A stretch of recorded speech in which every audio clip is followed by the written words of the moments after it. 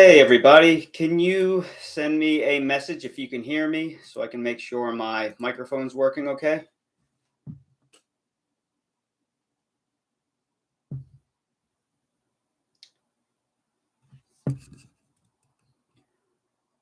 All right, I'm hearing no sound.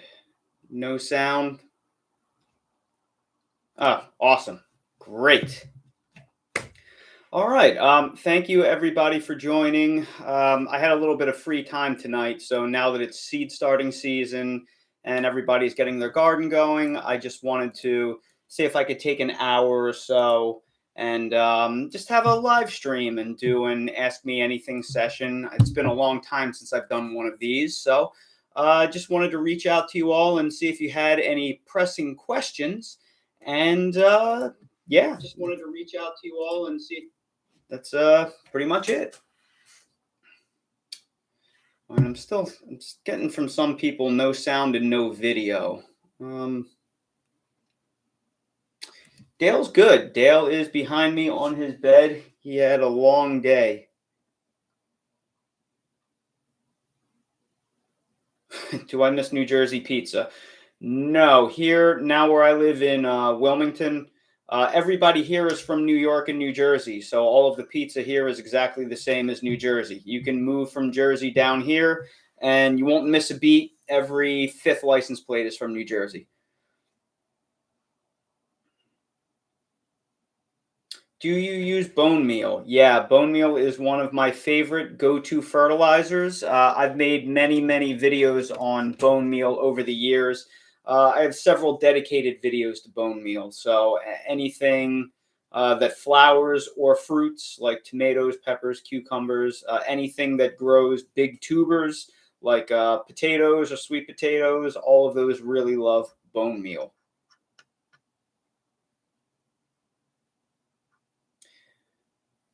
Why don't you use scraps in your compost? I do. I use a ton of kitchen scraps. A couple of years ago, I made a video about how I compost in a large 30-gallon trash can. I recommend you give that a shot. I actually use that to compost a lot of my kitchen scraps because it breaks down in a small fraction of the time as they do, sitting out in an open compost pile where it's a lot colder. Williams 24,533. Thank you so much for your generosity. I really appreciate the support. That means a lot. Thank you. I'm glad I can add some value and help you out.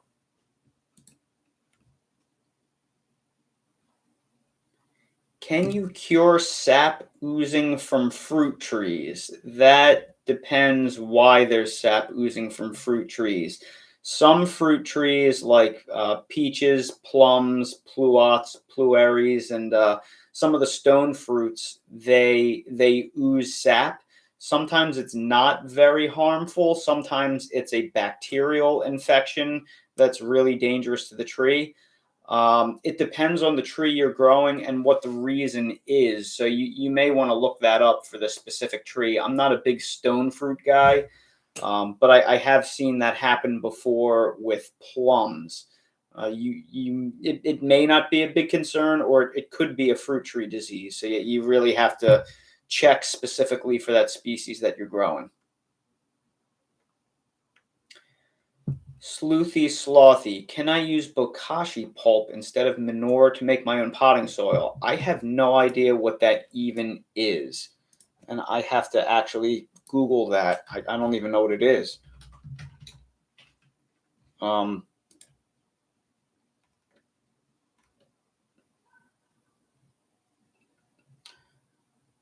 it's a composting process. Well, there you go. I do not know what that is.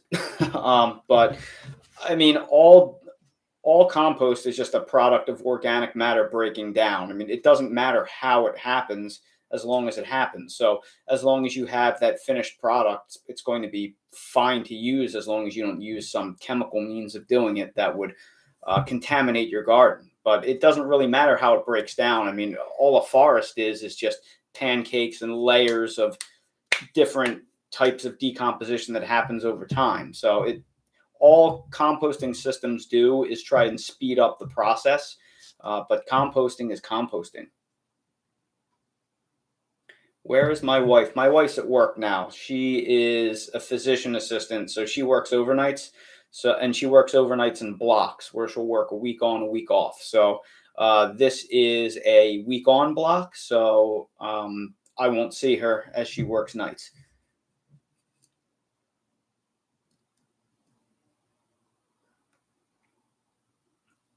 DJ 1314. I'm trying to read this. Pear tree had, I'm assuming that means blight. Blight. You told me to use copper, and I did, but it came back in the fall. So I'm assuming that you mean your pear tree has fire blight. Fire blight infects the flowers when they open.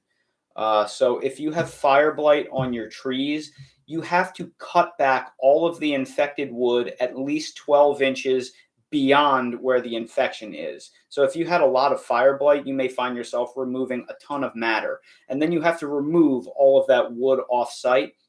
And then you have to start spraying your tree with copper, starting in dormancy when the buds start forming, and then spray it all throughout the blooming cycle until the blooming is done and the fruits have formed and you have no more blooms. Because as long as there are open blooms on your tree, it is susceptible to fire blight. And if you did not cut the tree back enough, it's just going to keep getting fire blight. Then from there, copper is no 100% guarantee. There's no 100% cure for fire blight. So even if you're spraying with copper or any other harsh chemicals, there's always a possibility that you could get fire blight. So if you're still getting it, it's because unfortunately you have a localized infection that keeps reinfecting the tree, or more than likely you didn't cut the wood back enough and then you didn't treat it enough during the blooming process. So when my apples bloom, I'll spray them every single week with copper throughout the entire blooming process. It's the only way that you have a fighting chance, and even then, there's no guarantee. Worst case, you could always remove it and then plant a more fire blight resistant variety. But again, there's no fire blight immune variety, so there's always a challenge. Wade A. Jensen, how do you manage garden anxiety? I am adding 7 new beds this year and I'm worried about making a mistake. I actually make a lot of videos about anxiety and seasonal depression during the off season because it is a real thing. And it's like asking the question, how do you manage the stress of paying your bills, or how do you deal with any other stress? You just have to put one foot in front of the other and just move forward. You also have to realize that gardening is a process. It's not a true or false exam. So there is no right way to garden. There are definitely wrong things you can do, but there's never a year where you can get a 100% on the test. There's always going to be stuff that fails. There's always going to be stuff that does great. And that's because the weather and the conditions really impact it. You have a dry summer, you'll have totally different results than if you have a wet summer. You have a bad winter, totally different results than maybe a milder winter. So you can't look at it like that. You just have to do the best you can and be thankful for what you have and realize there's never going to be a perfect year. All you're trying to do is just improve year to year, and every year do a little better. So don't worry about making a mistake. Making mistakes in gardening is great. It's the best way to learn from them and then figure out what works. If you made no mistakes, you'd never get better at anything in your life. So don't worry about making a mistake. Plow through them. And just savor the wins and just use the mistakes as a learning experience. You only fail if you quit. Janine Mann, do you sell fig cuttings? I used to years ago, but now this takes me like 60 to 80 hours a week to do, and I just don't have the time for it anymore. It is so much work to ship out fig cuttings, and I just unfortunately don't have the time for it anymore.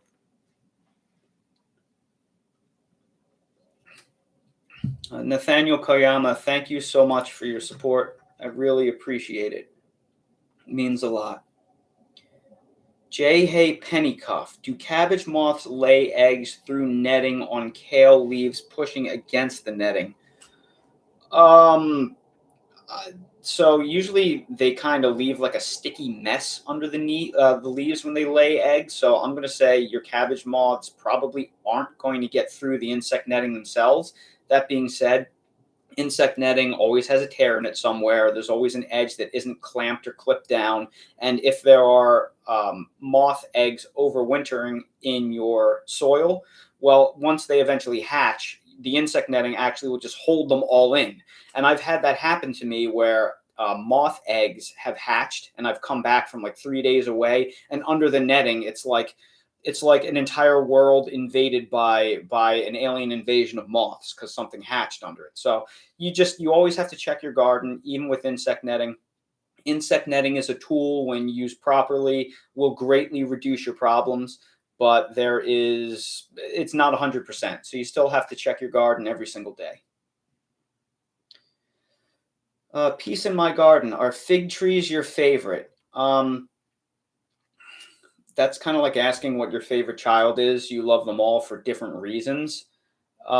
Fig trees were the first thing that I really built a lot of content around, but that's because fig trees have the unique ability to be rooted from a cutting over the winter and then produce a full harvest for you within 9 months. So a lot of my original content was centered around fig trees because they were the only thing that were producing at the time. That being said, they're definitely a top 5 fruit for me. They're very important to me culturally because I'm from Italian heritage, and lots of old Italian men love figs, and I intend to be a very old, cranky Italian man growing a lot of figs one day. God willing, I make it that far. So it's definitely one of my favorite things that I look forward to. And if I could only grow one fruit tree in my entire yard, it would probably either be a fig tree or a persimmon. Rabbids 10 lakhs. Thank you so much for your support. Is there anything you're trying new this year in the garden, and what are you most excited for? Looking forward to 15 tomato varieties this year. There are new things that I try every single year, new varieties of things. So the answer is yes, but what I'm mostly focusing on this year is trying to perfect a lot of my systems. I've been building a lot of new beds, making them a lot deeper, running a lot of drip irrigation. I just put down about $100 worth of weed barrier. I'm trying to automate as much of the stuff as I possibly can, so I have more time to dedicate and get better at the finer skills that I don't have time for because I'm so busy pulling weeds and chasing insects and things like that. So I'm trying to minimize those problems to free up time. That being said, I'm sure I have some new tomato seeds here somewhere. I just can't think of anything off the top of my head. Here we go. I'm going to try growing peanuts for the first time. I've never grown peanuts, and I think North Carolina is the #1 or #2 peanut producer in the United States. So I'm going to try some peanuts. That's going to be a new experiment for me.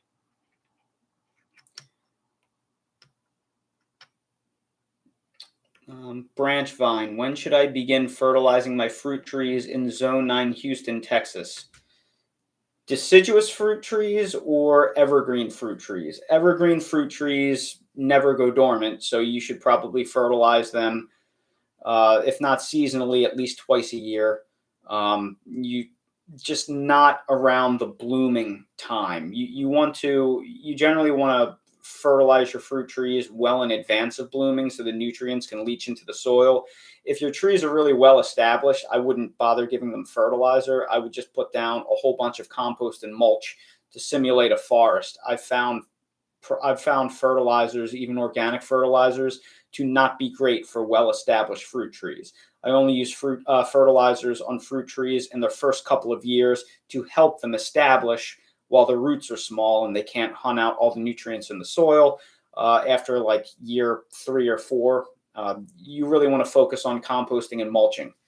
So to answer your question, maintain a mulch layer year-round, add compost twice a year for your evergreens, and probably about 2 months in advance of them waking up from dormancy for your dormant trees. So in Zone 9 Houston, for your dormant trees, you probably should have put some compost down by now. If you haven't, I would do that as soon as possible. Order a truckload from a local mulch yard.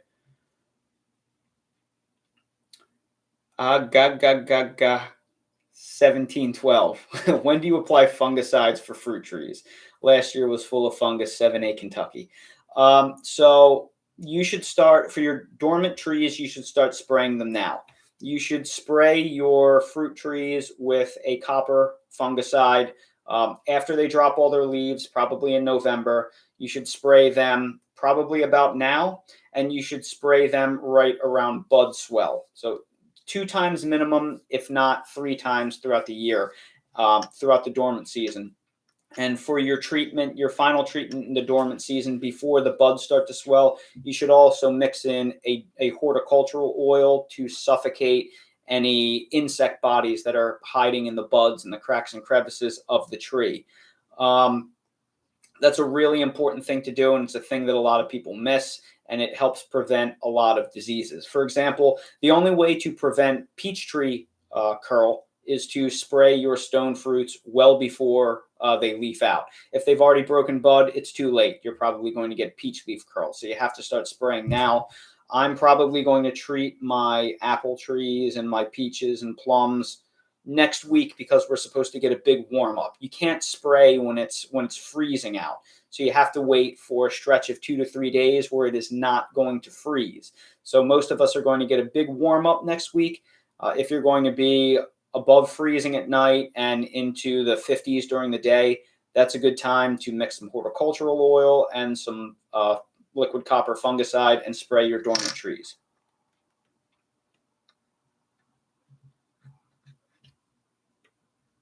Spinach always bolts inside. Any insight? James Sherry. I strongly recommend you grow them underneath shade cloth. And if they're still bolting, just try higher and higher levels of shade cloth. Spinach is really hard for me to grow here in North Carolina. There's a really narrow window. So get yourself a bolt-resistant variety. If you haven't already sown them, sow them now. And as soon as it starts getting into the 60s, put them under shade cloth.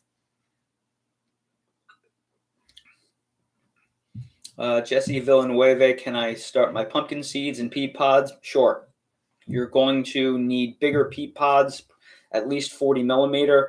They're going to germinate in 3 days, and you're going to probably have to get them outside within 2 weeks. But they do germinate quickly if you use a seedling heat mat.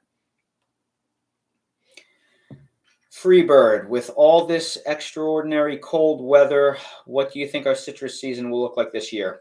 Probably, it depends where you are, but if you're anywhere near me, fairly terrible. I've only been able to peek underneath my covers, and a lot of my citrus trees look like they took a lot of damage for the first time ever.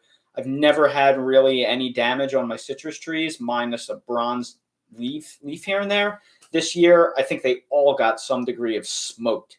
So I think they're all going to live. I haven't removed the covers yet. I'm afraid for my sugar bell tree because even under cover, that thing fell to 18 degrees. So my sugar bell might die. I don't know. But it's not warm enough to pull the covers yet. I'll pull them in 2 or 3 days when we get this warm up. The most important thing is if your citrus trees start dropping any crisp leaves.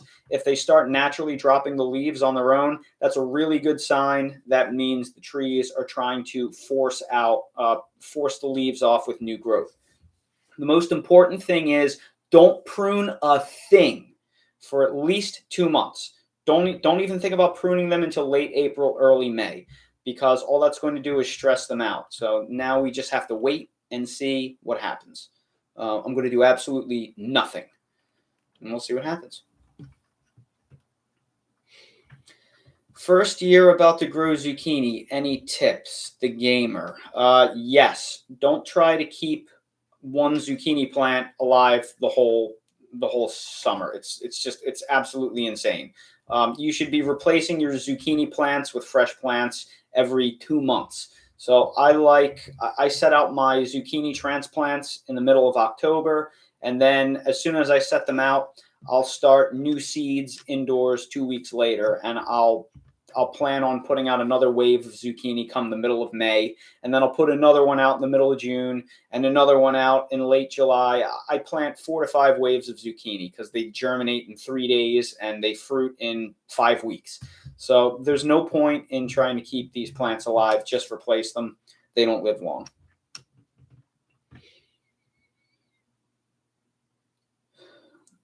Clayton Dewey, how far should a garden be from a septic system? I don't know the answer to that question. I haven't ever had a garden while having a septic tank.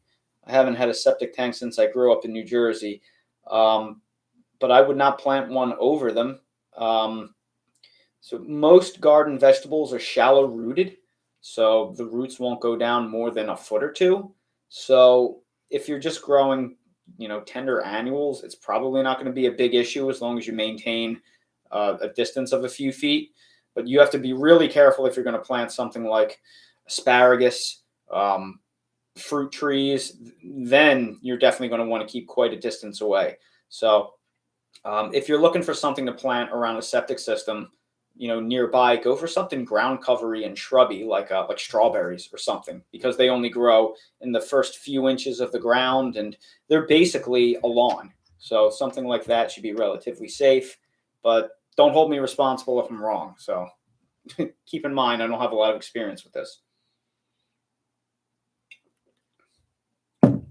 Big Spence, thank you so much for your support. I really appreciate it.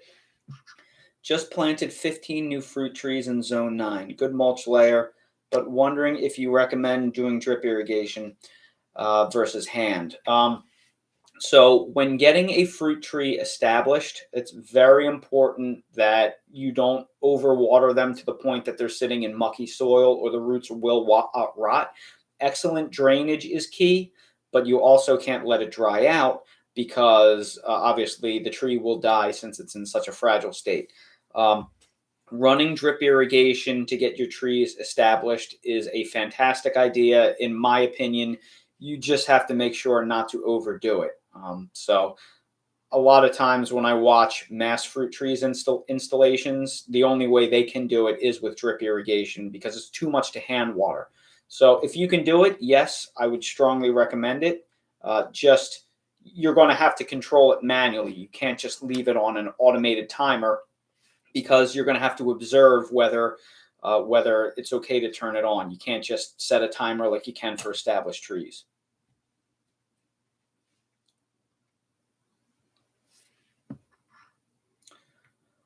Bustin' Roots, what has been the most frustrating thing you've ever grown? Most frustrating thing I have ever grown. I feel like I just mentioned this in a video.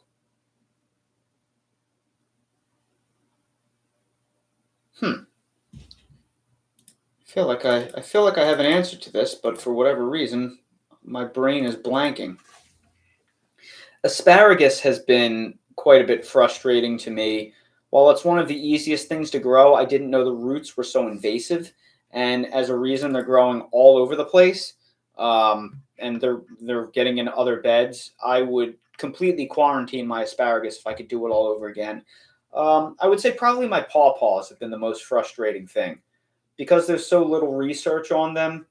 They do require cross-pollination, but I didn't know that flower overlap was so poor between varieties. So I've been growing 2 pawpaw trees for 5 years now that have never produced fruit because they flower too far apart. So if I could do it all over again, I'd say plant 3 to 4 pawpaws, and they take forever to grow despite being native to where I live. You'd think the natives would grow easily, but nope. They've been one of the most frustrating things, I would say. Vic P 8611, asparagus paired with muscadine grapes. I don't know how that would go. I personally don't like muscadines at all. But if we just say grapes in general, I think you have to be careful with the asparagus because the roots are so big and invasive, they can easily crowd something out. So you have to make sure that when you plant near asparagus, the roots don't compete with directly and can be defeated by them. So if the grapes are really well established, maybe it's okay, but I could easily see asparagus choking them out. So you have to be careful. Mr. Green, have you heard about the dangers of pawpaws? If you're talking about that whole neurotoxin thing, I don't know if I buy it. I don't know a whole lot about it. But nothing is toxic and everything is toxic. So toxicity is in the dose. Literally every single medicine we take is toxic. just take one extra pill and see what happens. Water is toxic. If you drink too much water, your cells will burst. Sunshine is toxic. You're out in it too long, you're going to burn, you could get cancer and die. But try not getting any sun, and also that's toxic. So you just have to be really careful. You probably shouldn't eat pawpaw. You shouldn't probably eat 4 pawpaws a day every single day for months on end.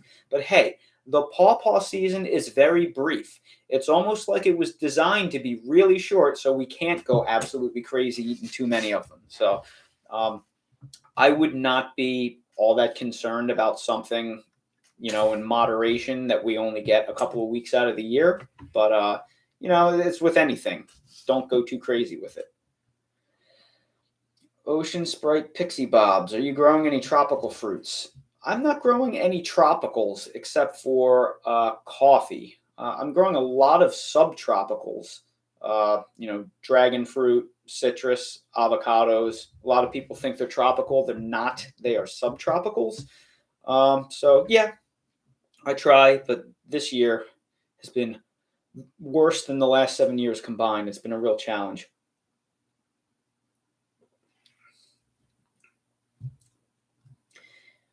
DJ1314. I do not like any citrus fruit except for pineapple. Pineapple's not a citrus, it's a bromelade. I stopped at a roadside stand and got some Satsuma oranges last fall. What do you recommend growing in Florida? Well, citrus basically doesn't grow in Florida anymore because of the invasive Asian citrus psyllid that now kills every single citrus tree it encounters.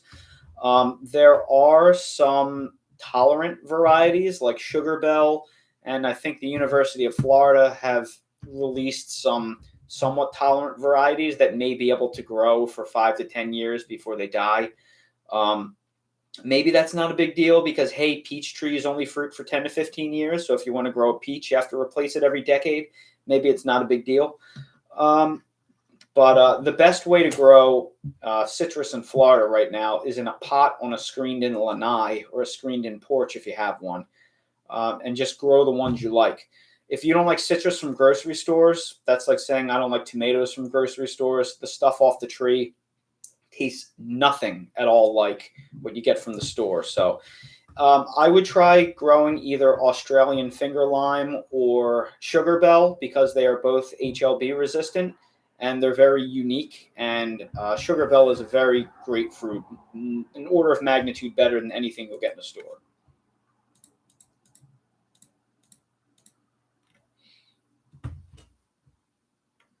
Do you, Robert Doobie, do you use aspirin water on your peppers and tomatoes? No, I've never tried it.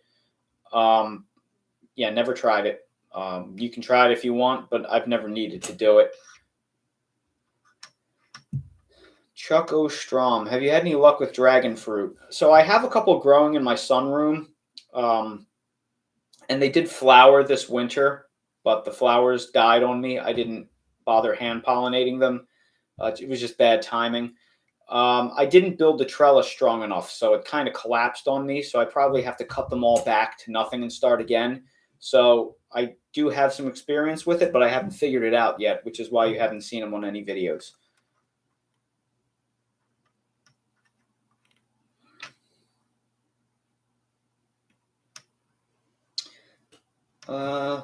Seventh Son. Does Dale dig up plants that were treated with fish fertilizer on the roots?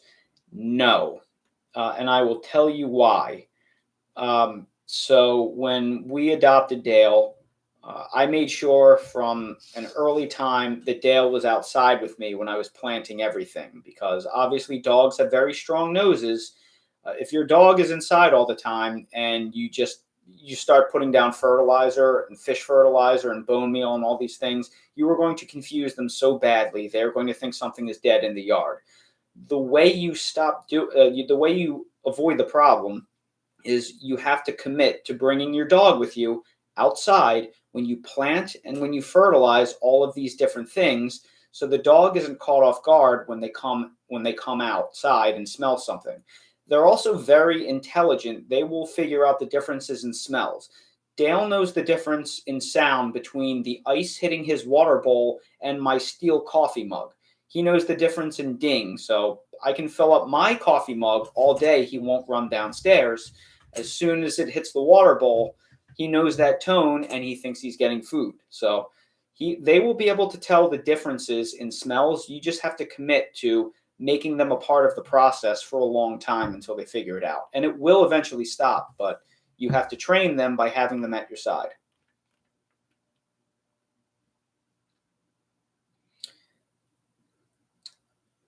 Been scared to get pawpaws because of the flowering issue you have. No reason to be scared. Just plant 3 trees. I just released a video yesterday on my pawpaw trees and how I corrected the issue. I cut one down and now it's a grafted 3-in-1 pawpaw tree. So I'll have 4 pawpaws that'll be flowering in close proximity.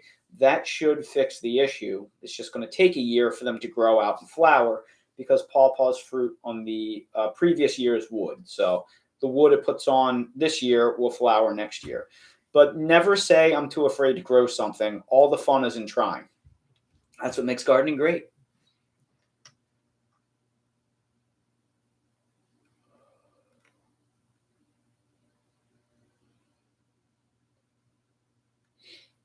I'm going to grow upland rice this year. Would you ever grow any? I've never even thought of growing rice. It will be blasphemy for some, but I'm not the biggest rice fan. It's my least favorite of the starches. You know, I'm Italian, so it's mostly pasta and bread. That being said, I did have rice Thursday night. I would never consider growing it, just because I've never really thought about it. Maybe I should say I never would consider it. I don't know the first thing about it. I would have to look into it and see if I'd be interested in the process. But if you're interested in the process, by all means, try. Everything in life worth doing is interesting and challenging. So never stop challenging yourself. If it's something you want to give it a try and do it for a few years. See if you like it. Worst case, you learn something you didn't enjoy. So, hey, you have nothing to lose.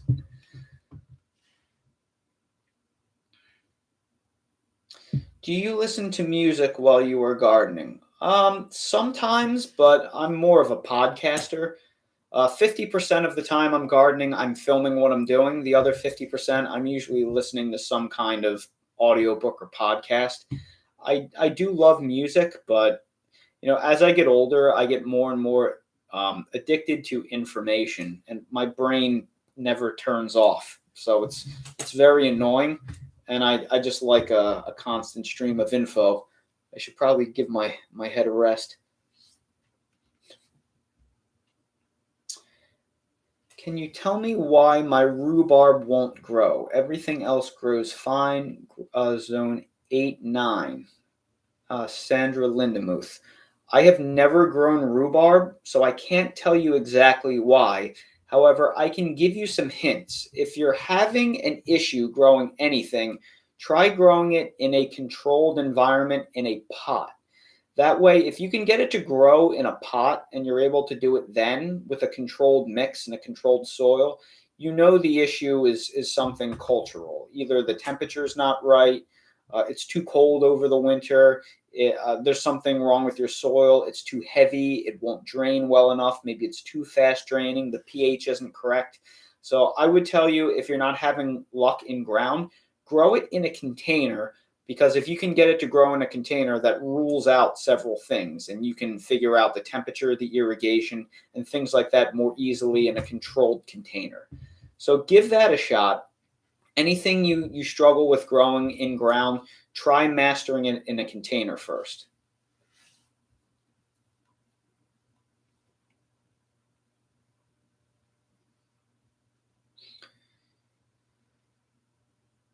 Marine in Texas, do you ever use self-watering raised beds? No. I've never built anything like that. I'm having a lot of good luck with regular, plain old, deep wooden raised beds. I'm loving 18-inch deep wood raised beds with drip irrigation installed. I don't think the self-watering raised beds would work very well for me, because usually most summers we get anywhere from 40 to 50 inches of rain, and it just rains so hard in that 100-day period that anything that has a water reservoir could could just destroy my plants. So I'm all about drainage here. If I were in a dry climate, dry summers, I would think differently. But I have the opposite problem here. I need my my garden to hold less water. Bayou City Worm and Garden. I don't think I have ADHD. I think I have whatever the opposite of that is. Um, I have things that I don't know. I'm an engineer. So if you've ever met an engineer, most engineers don't have ADHD. We actually concentrate really well. So I just have a habit of really getting into what I get into.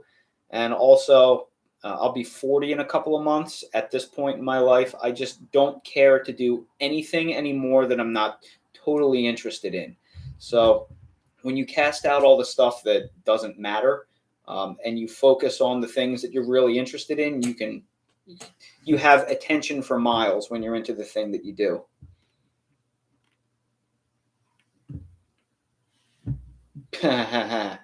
Why aren't you Valentinesing it up tonight? My wife is a PA and she works overnights at the hospital, so this is her work week. So um, we tonight's our first night. So we did like a pre-Valentine's Day gift exchange yesterday, and then we have the dinner scheduled next week because I'd rather eat a boiled shoe than go out to eat on Valentine's, which is the worst day to go out to eat because I hate price fixed menus. When I go to a restaurant, I want to eat the stuff that they're really good at cooking, not the special menu that they've never cooked before, that they don't know how to cook and don't have the rhythm down for twice the money. So I'm out on Valentine's Day. I'll go out with you the weekend after. That's I love belated Valentine's Day. Unnecessary rant. What did Dale get for V-Day? Oh, I took him for an extra long walk today. We must have went for an hour and a half long walk all around the neighborhood. We visited some of our old neighbors and stopped in and say hi. He's had quite the day, and his favorite thing is to go on long walks. And it was just a beautiful 61-degree day. Oh, it felt so good after this miserable last 5 weeks.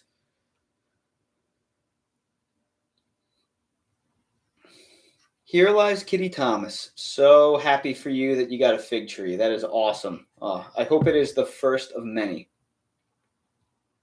What were your favorite tomatoes to grow when you lived in Pennsylvania? My favorite tomato to grow in Pennsylvania is my favorite tomato to grow today, and that is Brandy Boy. Brandy Boy is my favorite tomato. If I could only grow one tomato, it would be Brandy Boy. I've been growing it since I lived in Conshohocken 10 years ago. This will be, I think, my 11th year in a row growing Brandy Boy. So the more things change, the more stay the same. I do miss being able to grow Cherokee Purple, which I could grow in Pennsylvania, and it just doesn't grow here. It just hates the heat.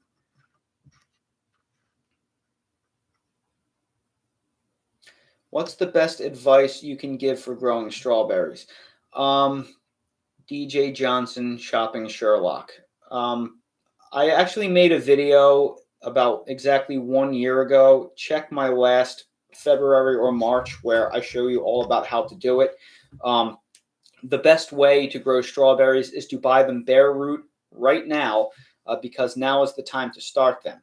And the key to growing strawberries is to not bury the crown. When you plant strawberry roots, you have to make sure that little bits of the roots are sticking up above the ground. If they are buried and any of that crown is buried, they will rot and fail on you. The roots should ever so slightly be protruding. Whatever you do, do not go to a big box store or Walmart or something and buy bare root strawberries off the shelf. If they didn't come in that week, they will be dead. Order them online. I get all of mine from a local guy in Benson, North Carolina called Handpicked Nursery. He's a veteran-owned nursery about 2 hours north of me, just outside of Raleigh. All my asparagus, all my strawberries are from him. The roots are 5 times the size of what you'll get at a big box store for half the price. So strongly recommend him. If you check out my video from last year, it'll show you everything you need to know. Davik 7303. Have you given up on straw bale gardening? Yes, but not because it wasn't awesome. Straw bale gardening was awesome. The problem I ran into is that my summers are so long and humid and wet, all of my straw bales collapsed. So, because I have to plant my tomatoes in them in late March, by the time August 1st rolled around, they had all totally collapsed into just mush from all the heat and the rain. So my growing season's too long and it's just too darn hot and wet. If I lived in New Jersey or Pennsylvania or Kentucky or New England or Michigan or someplace that had a much shorter growing season and it didn't stay so hot and wet, I would strongly consider doing it because it was awesome and it produced good results while they lasted. That's the problem. They didn't last my long seasons. Were you a Marine? No, no. I would not make it. I would not cut it in the Marine Corps. I could definitely do the chin up contest or the I could make all the chin up and push up requirements, but nah. Nope. Too short, too small, not strong enough, not fast enough, and my eyes are terrible. So no. No, that is for better people than me.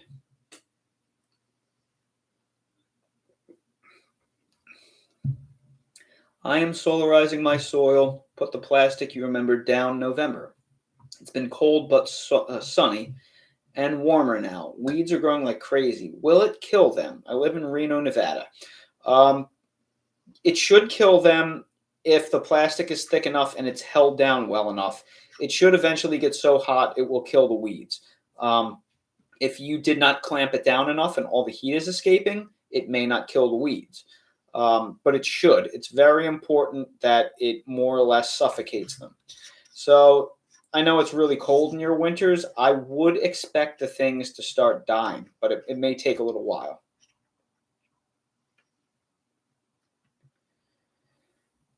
Wadi 9504. Please give me advice for Satsuma Mandarin and brown Mandarin. That's a very wide question. In what way? In fertilizing and pruning and keeping them alive in the winter. I kind of hate to do this to you, but I've made so many citrus videos over the years. If you just search my channel for the word citrus, I have so many tutorials on cold protection, on fertilizing, on planting, on pruning. I have videos about them all. We got down to 9 degrees this year, and I think almost all of them should survive. So, despite getting down to 9. So, zone 7 citrus, totally possible. As soon as I'm confident that I can remove all my covers, I'll do some kind of check-in about them. Lynn Evans, when do I fertilize my apple trees zone 8? Probably within the next week or two. They're going to start breaking bud in probably about 45 to 60 days. So I'm actually anticipating ordering a big load of compost probably next weekend. And I'm going to spend the following week spreading compost around all of my trees. Things start breaking bud here, usually the last week of March. So you want to get your fertilizer and compost down on your dormant trees 30 to 45 days, if not 45 to 60 days before they start breaking bud. That way the nutrients have time to break down, because when you get compost, it's usually not fully composted. It's still hot. So you don't want to apply compost right as they're starting to break bud. It's not good for the tree. Or right as they're blooming. It's not good for the tree. You want to put that down well in advance of them flowering. Bob Fry, are you still going to plant sweet potatoes in giant grow bags? Yes. I have no desire to ever grow sweet potatoes in ground where I currently live. One day, when I eventually move down to my land in Florida, if I have excess acreage, then I might start actually physically growing them in ground. But as long as I'm in a residential backyard, I do not want my sweet potatoes ever growing in raised beds again because they're too invasive. Potato Cat, what do you do with all the extra food that is grown in your garden? I try to touch on this a lot. I have very little extra food that I grow in my garden. What I've noticed about people that have vegetable gardens is they don't change their shopping habits. They are still buying so much food at grocery stores. The challenge that I want you to do is literally stop buying food other than, meat and dairy and maybe a grain if you eat grain.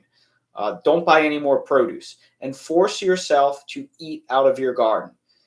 Make yourself a hunk of meat and then everything else force yourself to eat what you grow. And when you actually start eating entirely out of your garden, you're going to find that a family of 2, 3, 4 can just buzzsaw through a harvest and you won't have to give a lot away. If I do have extras, I always try to give some away to, my parents, my parents-in-law. What? That sounds weird. My neighbors, when I do get a little bit of excess, but I don't have nearly as much excess as you think.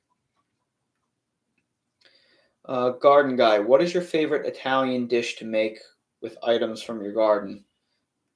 Depends on the time of year. Um, this time of year, I make a lot of soups. So things like pasta fazool, things like say like Italian wedding soup, things in that vein. That's really good this time of year. In the summertime, of course, it's a lot of red sauce based dishes. So it's a lot of things like bolognese. I do the more Italian American version, which uses a lot of tomato, not the traditional version, which is basically a brown sauce with only tomato paste. I don't care for that version as much, so I use the more modern interpretation that uses a lot of tomato passata. So that's really good. I if I have a whole lot of tomatoes, I'll ground up 30, 40 pounds, and I'll just make a 16-quart pot of Sunday sauce and make about 30, 40 meatballs, and then I'll have that for literally 6 nights in a row. So in the summer, I go hard with that kind of stuff. My blood is 9% tomato sauce by volume. Do you store potatoes during the winter? Yes. I just finished my potatoes a few weeks ago. I'm still eating my sweet potatoes. So we made about 12 sweet potatoes over the last week. So they're starting to sprout a little bit. So I'm making it a point to use as many sweet potatoes as possible. And they're still awesome. They're still so good. The Stokes Purple sweet potatoes have been so good. Yes, eating seasonally is the way to go. Eating seasonally is the key to everything. It's not only great for your health because it guarantees a naturally varied diet so you don't wind up with nutrient deficiencies. It also guarantees that you get the freshest food possible. Like, you shouldn't be eating apples in June. You're not going to get a good apple in the summer. So don't even bother. Eat the stuff that is in season. Change up your diet. Learn what is available now. And that guarantees you get the best food at all times.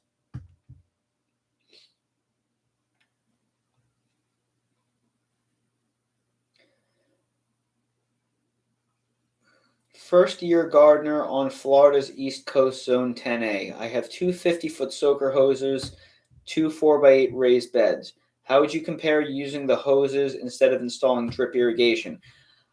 I find soaker hoses to be absolutely horrible. I think what you'll find is that all of the water will come out of the first third of the hose and the rest will be high and dry. And where you put that soaker hose, that first third will completely wash out your soil and it will be a nightmare to deal with. I strongly recommend that you do not use that unless you have some brand that's just awesome and works really well. I recommend you either use drip tape or drip line. Another decent alternative are the laser drilled sprinkler hoses that shoot up a mist into the air. You can actually flip them upside down and garden staple them down, and they will more approximate drip irrigation if you don't want to install a full drip irrigation system. About 2 years ago, I made a video showing you how to do that. It was called what was it called? I think it was called something like irrigating trees the easy way without drip irrigation. If you check my drip irrigation playlist, it's there. That's a good hack for installing drip irrigation without running the drip line. But the best way to do it is to just install a mainline tubing over to your bed and then tap it and install 6-inch emitter drip line. That's the way to go. Garden Guy 22. What does Dale enjoy eating most out of your garden? Basically nothing now, which is why I don't have him taste test things anymore. When we rescued Dale, he was so food insecure. He would eat practically anything. He'd eat raw kale, raw figs, raw tomatoes. In the last 6-7 years, we've pretty much cooked almost all his food. So now he wants his gourmet homemade food. He turns up his nose at things raw out of the garden. Now, if I cook it in chicken broth, I buy chicken bone broth with no salt or additives. And if I cook it in there, he'll eat anything. Carrots, kale, broccoli, Brussels sprouts, butternut squash, sweet potatoes. He loves all of that stuff stewing in bone broth. So that's what we do. We cook all of his vegetables. And I largely find raw food and raw diets in general to be suboptimal because raw food is really hard to digest. Most of the nutrients pass through your system. So there's this myth that cooking reduces the nutrients of food.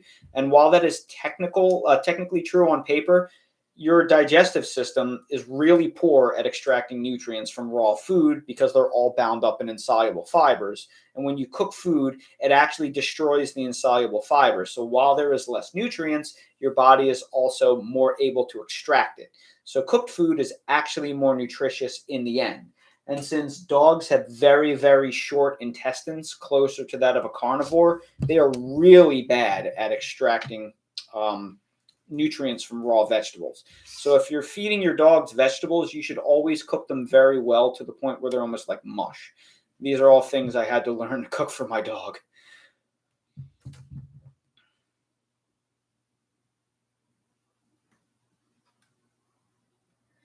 Mealy bugs. Please help with mealy bugs on lemon and Satsuma orange tree. Please, we have them both in huge containers. Thank you. I would recommend, there's a very inexpensive product that you can buy on Amazon for about $12. It is Safer brand organic insecticidal soap. So all you need to do is just mix that insecticidal soap in warm water and then spray it after the sun starts to set. Because you never want to spray when the sun is out. It's never good to spray. That can burn leaves and trees and things like that. So wait until the sun starts going behind the trees on a night that is not going to freeze. It has to be a night that's above freezing so your trees stay wet.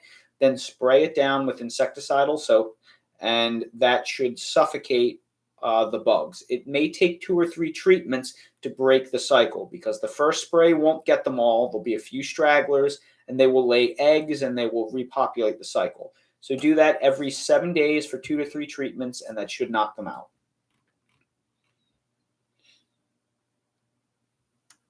Thoughts on growing loquat zone 8? So we have tons of loquat here growing in zone 8 all around my neighborhood. They're everywhere. 4 out of 5 years, they are glorified ornamentals because while the tree themselves is very cold hardy, the fruit gets killed at about 27 degrees. So you really need to live in zone 9 for them to be a reliable fruiter unless you're going to protect them like I protect my citrus and avocado trees with incandescent lights. Now, I think it was 2 years ago, we had a really, really mild winter where we didn't drop out of the 20s. And the loquats held their fruit that year. And we had stuff around the neighborhood with lots of loquats and everything was nice. But that was the exception, not the rule. So you can grow them in maybe a warm zone 7B, zone 8A, and they'll be a beautiful tree, but they probably won't hold fruit unless you protect them.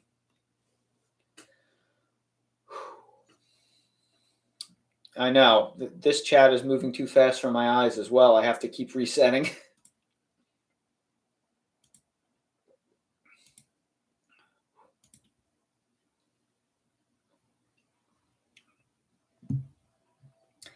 Bill V5H, how would you deal with a plum tree with possible rot on the rootstock? I cleaned the I was talking about this earlier. I cleaned the sap off the distressed area and sprayed water mixed with hydrogen peroxide on the wound. Not sure what else to do. So it depends what the cause of that sap is. It could be because of a bacterial disease, or it could just be because of damage to the trunk. This is something that I encountered last year that I haven't really fixed yet on my multi-grafted pluot tree. So I don't actually know the answer to that question yet. You have to see if it's the cause of a bacterial infection. If it's just damage to the trunk, you may be able to just paint over it with a tree guard paint. If not, the only thing I can tell you is to get a strong bactericide and try spraying that. You may have to use a chemical. You could also try copper. You should be spraying your plums down 2 to 3 times per winter while they're completely dormant with copper anyway. It certainly can't hurt. So I would recommend a copper treatment now and another one right before they start to break bud.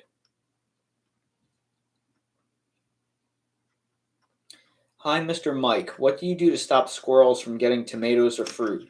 I have very limited problems with squirrels or birds. What I have learned over the years is that overwhelmingly birds peck fruits because they're thirsty. So what I've done is I have set up a bird bath, and because we get so much rain in our summers, birds generally don't peck my fruits to drink. So if you live in a place with dry summers, start setting up bird baths and maintain clean water in them, and they should usually leave your fruits alone. At least you'll get a 90% reduction. Squirrels are the laziest animals next to rabbits. So you have to ask yourself, if you're a squirrel, why would I eat low-calorie, waterlogged fruit when I could have something like nuts and seeds, which is high-calorie and contain almost no water? So if you set yourself up a bird bath, maybe a couple strategically placed around the yard that are not squirrel-proof, and they could eat the nuts and seeds again, why would they eat some boring low-calorie fruit when that's not even that sweet, when they can have high-fat nuts and seeds? So if you're having issues with squirrels, give them something better to eat.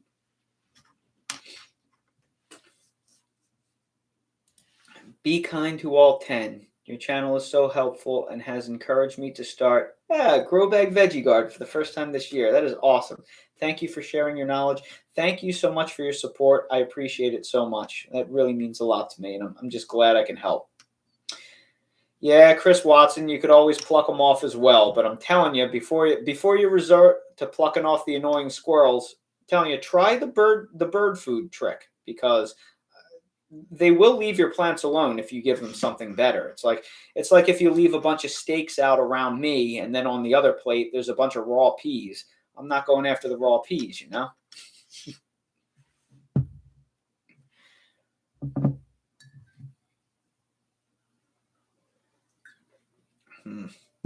Branch vine. My banana trees have dead leaves on top. Do I chop? No, leave them alone. Don't touch your bananas until you're through winter. All you will do is stress them out. So you want to wait as long as possible to see if they start pushing growth. And then when you start seeing the growth push, then you can remove anything that is dead or dying and compost around them. I can tell you right now, all my bananas are smoked this year after 9 degrees. Ugh, what a horrible winter. Margaret Wessel. No, I do not drain my drip irrigation during the winter because we don't freeze during the day, only periodically at night. And because of the way that the drip irrigation is set up, because it's self-draining, even if it were to freeze through, there's never a condition where the tubes aren't full of water, so they aren't going to completely expand and burst due to water in there, because my garden is downhill. So all of the water runs out of the main line and naturally drips out into the beds. Therefore, it doesn't hold enough water to freeze and be damaged. But I do disconnect it from the house line. Anytime we're going to get into the 20s, I always disconnect all my hoses and things like that from the outdoor spigots because I don't want any residual water that may be there to freeze around the spigot and possibly damage anything. So I do disconnect them, but I don't drain them. If you live in a much colder climate, or if your drip irrigation is level so they don't drain out completely, then you may want to think differently. But I specifically installed all my stuff on a downward angle for that reason. Ashley S637, thank you so much. That means so much to me. It really does. I never intended this channel to turn into what it is, but the reason why it has is not because I'm particularly good at anything. It's because all of you have been so supportive over the years that it's just pushed me to try all these different experiments and grow all of these things. And it just makes me want to share everything with you all. So I'm glad I can help. I like going the extra mile and putting these videos together, but the truth of the matter is, without all your support, I would have zero motivation to do any of this. So thank you all so much. It means so much. No, I do not grow any mulberry trees. I would like to, but in my opinion, they are too messy. So I just don't feel like dealing with them. One day in Florida, when I have more land, I intend to grow mulberries there.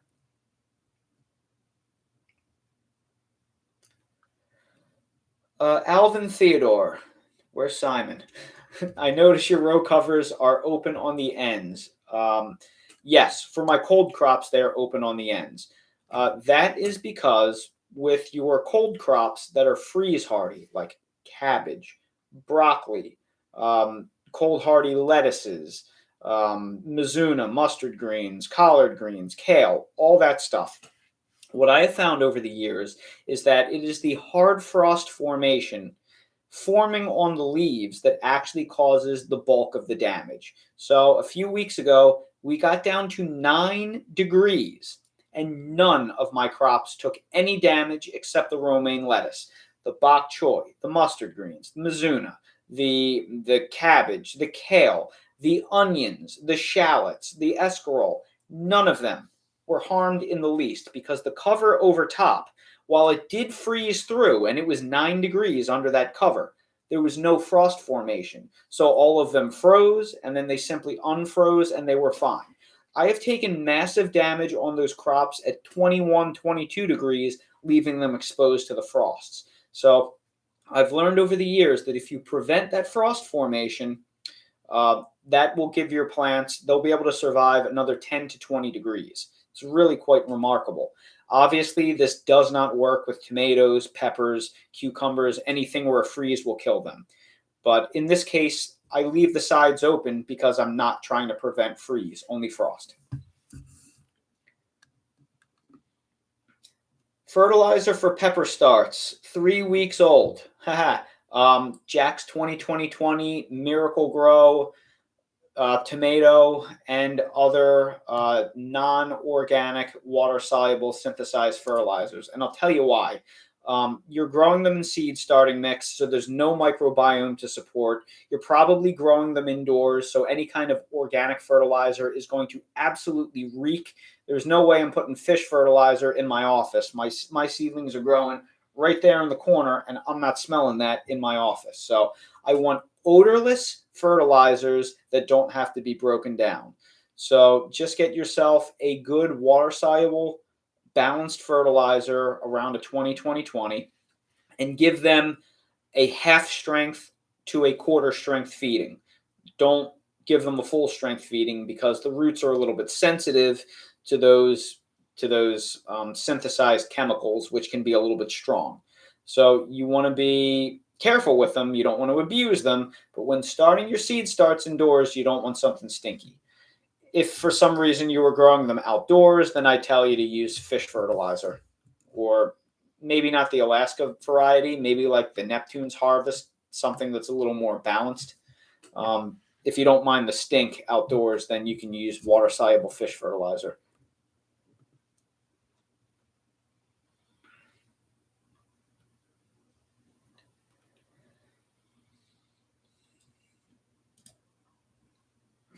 Angie G11, love your channel. What are your thoughts on growing potatoes in raised beds? I like growing potatoes in raised beds. I think there's nothing wrong with it, but I do prefer to grow them in containers because I find them very difficult to harvest. And when I grow in my raised garden beds, I like to do as close to a no dig as possible. I like to do a limited dig to disturb the soil less.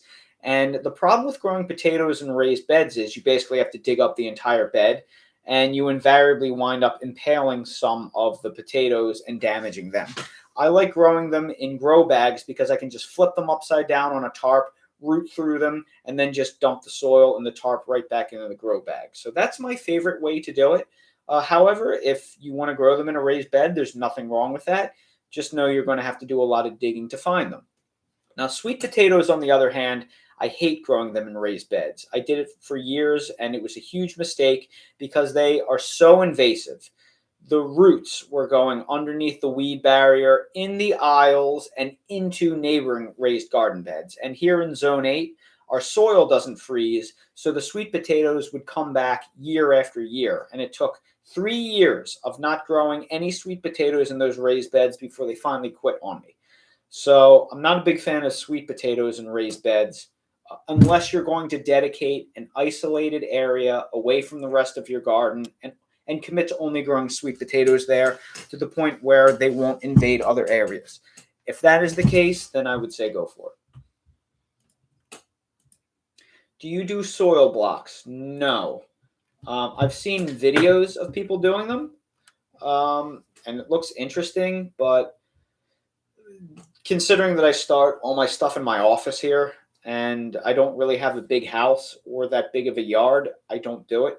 Um, if I lived in Florida and I had a high tunnel or something like that and I started my seeds in there, I might have a different answer for you, but I've never used them.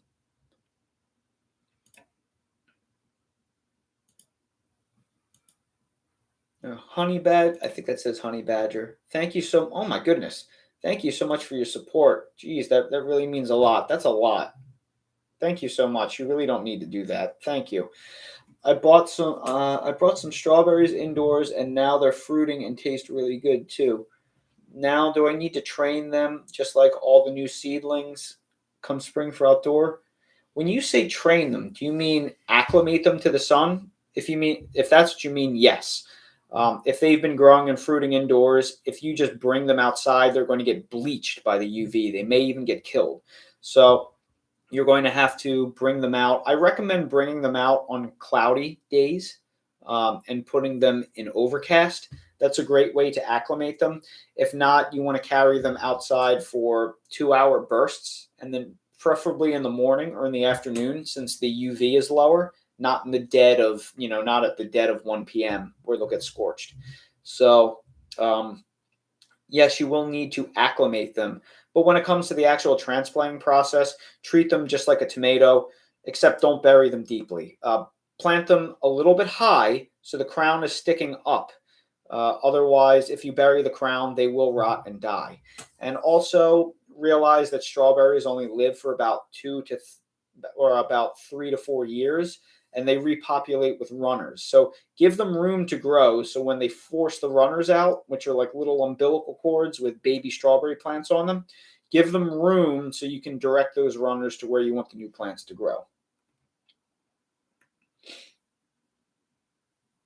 Oh my goodness, Katie Smith, thank you so much. Again, you really don't need to do that, but I appreciate that so much. That means a lot. Wanted to tell you that I'm teaching my kids to garden because your videos gave me the confidence to go for it. That is awesome. All of these screens around us at all times. If you're not convinced that all these screens are just killing us and just rotting us from the inside out, I think you're crazy. And I know that we need them to a degree, and I know that in so many ways they make life better. But man, are they toxic in high doses? And anything you can do to get your kids outside and learning about just the miracles of nature and where their food comes from, and just the appreciation that garden has given me to all of the people that we just neglect, all of our truckers and our cashiers and people that work in logistics and our farmers that grow our food and the people that pick the food and then ship it from store to store and just the whole system. You learn how much work there is, so we can have the luxury of never worrying about where another meal comes from. It's just insane. Throughout all of human existence, we've just done nothing but worry about where the next meal comes from, and now we've totally put that behind us, and we have more free time than ever before, and it's all thanks to the people that make all this work. And knowing that and understanding that gives you a level of gratitude that, well, it's the antidote to the poison of social media.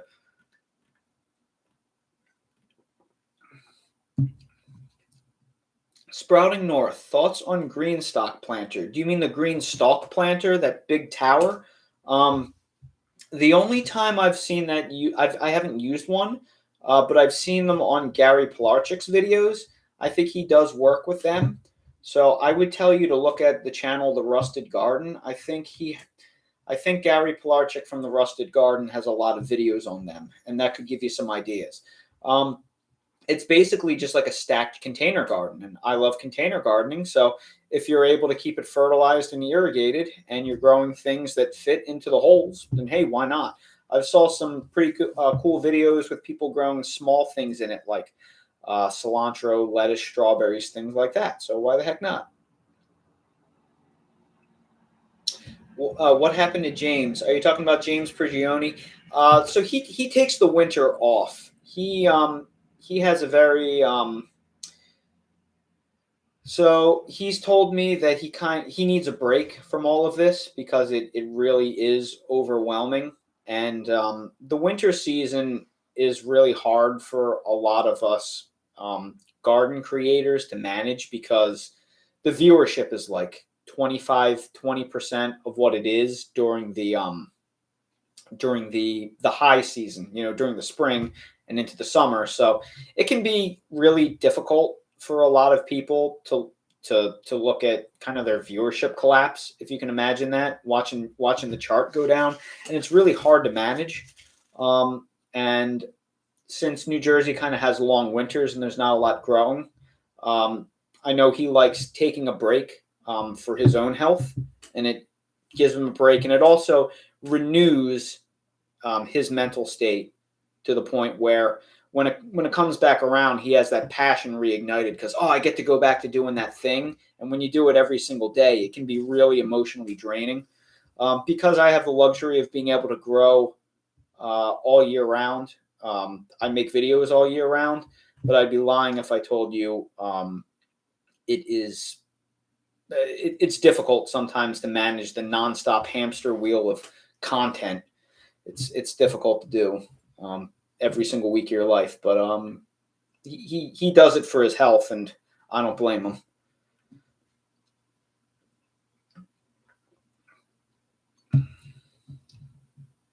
Yeah, YouTube content is draining.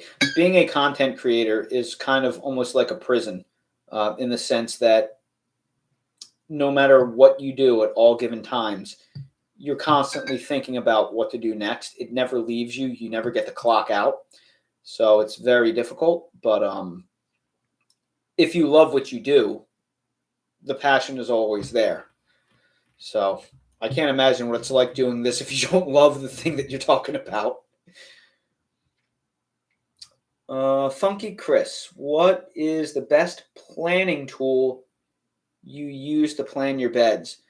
I hate even saying this, but Microsoft Excel. I spreadsheet the seeds that I order and things like that, and then I just I take the one from the previous year and I resave it as a fresh file name, and then I go through and I just make changes. That is literally what I do. Typical engineer. I use Microsoft Excel for everything. Wing and a Prayer, spoof videos. Yeah, I try to every now and again.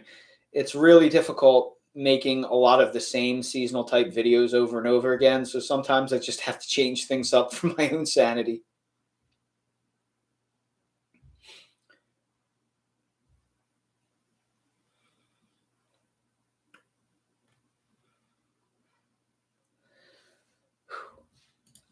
Sorry, I'm trying to keep up with the chat, but it's a little bit difficult. Honey badgers, 1996. Oh, I already answered that one. I'm sorry. That was about the strawberries indoors.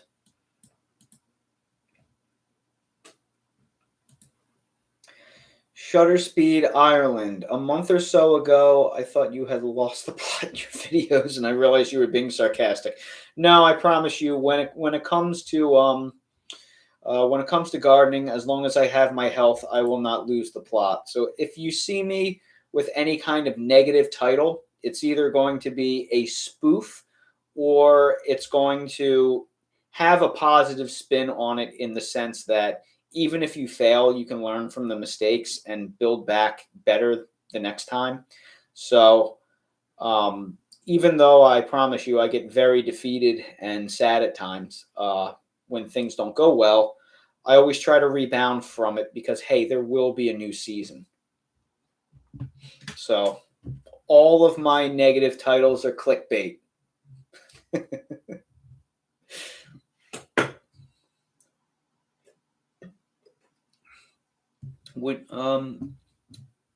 Blanca, awesome video. Would you ever consider livestock? No, not a chance. And I respect the hell out of people that do that, but the amount of maintenance and land and costs and things like that, I couldn't imagine. And also, when you do that, you can't ever leave unless you have really good hired help that you can trust. So I could not imagine ever undertaking something like that. And the people that do that so the rest of us have food to eat are truly the greatest people on earth. And I love this gardening thing. I am not special enough to do that. Nate Chen, any ideas on growing pawpaws? I actually talked about this all throughout the beginning part of the video. Yesterday, I released a video all about pawpaws. It's the video.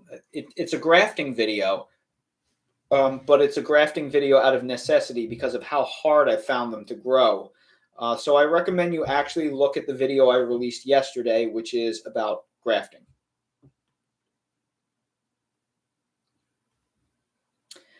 Lindy Smallwood, your recommendation for winter watering.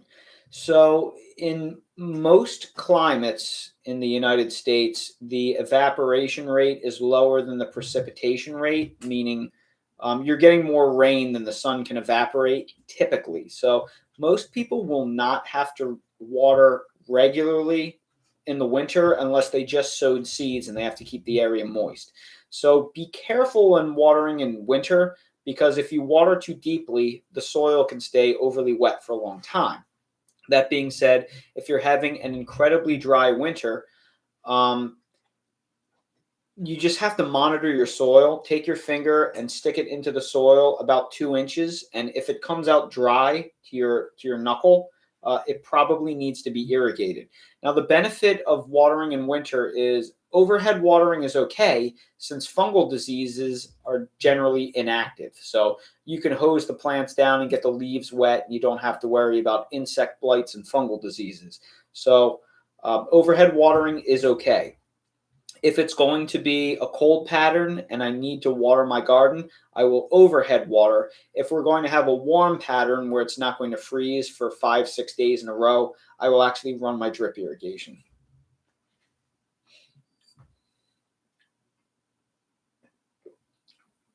Idaho Garden Girl. It's true. I can't leave the cows and chickens to fend for themselves. See, my wife absolutely loves scuba diving. I absolutely hate going on boats, but I suffer through it for her. And every year I have to take her at least on a scuba diving trip, or I'll never hear the end of it. So because of that, I think I could never really have livestock or chickens or animals or things like that, because I am obligated to occasionally leave my house for a week at a time to take her somewhere warm where she can drag me 70 feet underwater. Ivy Wall Productions, I think pH levels in soil is one of the most ridiculous and vastly overstated things that I have ever heard in my life. I have yet to hear of anybody growing a vegetable garden where things won't grow because the pH is wrong. Now, look, if you spill sulfuric acid in your soil, I expect stuff to die, right? And maybe when growing things like blueberries, which really are kind of an exception, if you have alkaline soil, like if you're trying to grow blueberries in Arizona where the pH is 8.2, maybe you actually will struggle then. But for the vast majority of the things that we grow, the fruit trees and most of the annual vegetables, they are widely adapted to the point where they can tolerate pHs. You can grow them all in straight peat moss and they will grow, which has a pH in the fives. I mean, everything grows great in peat moss. So most things can take it. And I've never been on the pH crisis mode bandwagon. That being said, I'm sure there's an exception for everything. Honey badgers, what do you do with Mr. Dale when you're on the boat? So if we ever go out for a scuba dive in Wilmington, that usually takes about 5 hours. So Dale is fine just being home. We'll take him for a long walk, and then he'll usually crash out for 4 or 5 hours, and we'll just give him a peanut butter Kong and turn on the TV. When we go on a trip, we live about 9 minutes from Brittany's parents, and they have a dog and absolutely love Dale. They're dog people, so they watch him for the week. So we have a really, really lucky setup where we have the best dog babysitter you could ever want. Speaking about Dale, he's been sleeping on his bed the whole time. Daley, you want a treat? Come say hi to everybody. Come here. Don't make me beg. Come here, buddy. Come on. Come on up. There's a good boy. Say hi. You want one more? Wait. This is how good he is. Nip, nip, nip. I said wait. Okay. Now I'm just teasing. Isn't he so good? Oh, no, now I have to get another shower. I guess I had that coming for making him wait. Ugh.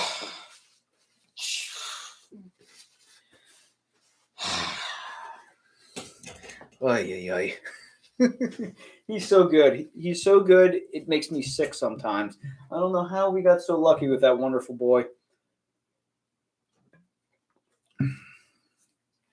Who is the pianist? I played the piano. I took piano lessons from when I was 7 years old, and I used to play piano all throughout high school. I actually used to play piano for my high school choir for a few years.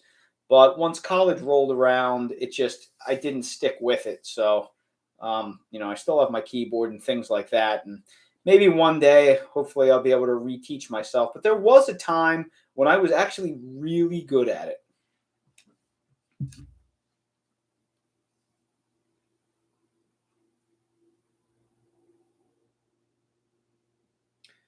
Rio's Family Garden, thank you so much for the kind words. I really appreciate it. Thank you so much. Can I play a little tune on it? I wouldn't want to embarrass myself, and it would kind of take a while to turn on since it's electric.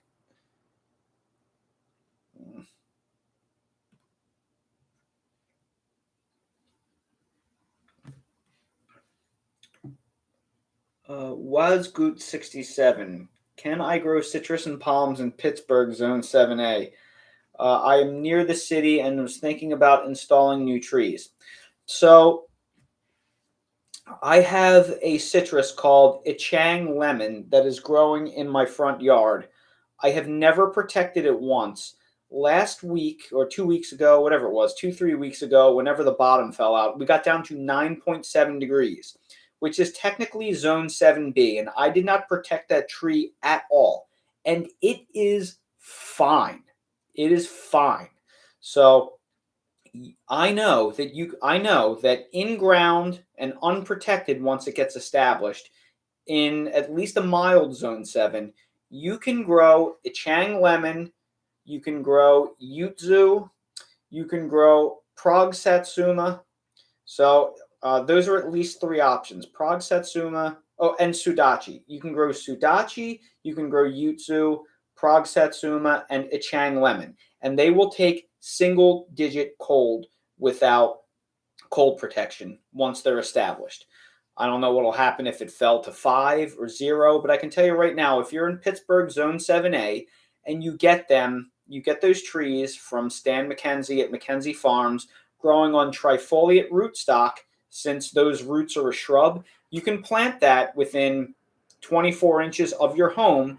You can grow it right up against the south wall of your house. You can cover it in incandescent Christmas lights. You can put a 60-gallon water barrel next to it, and then you can cover it in blankets or a plant jacket when it's going to get really cold.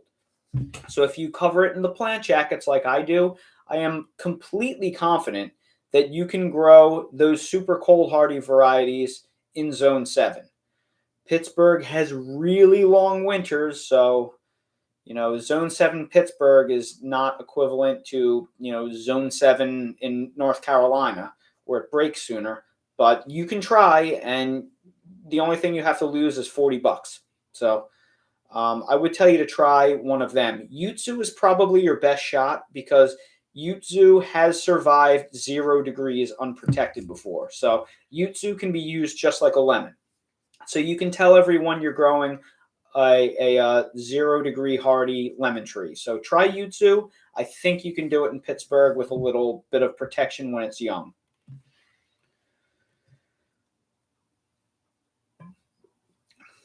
Yeah, if you want to grow it in a container, a really good container citrus is Meyer lemon because they're a natural dwarf. It's the only tree, a citrus tree I'm growing on its own roots. Meyer lemon, you can keep that as a little shrub forever in a container, but you will need to bring it indoors, and you probably will need to get it a supplemental grow light, like one of those little bookshelf grow lights next to a sunny window, because when you bring them in, Meyer lemons tend to freak out and drop all their leaves if you don't give them strong enough light.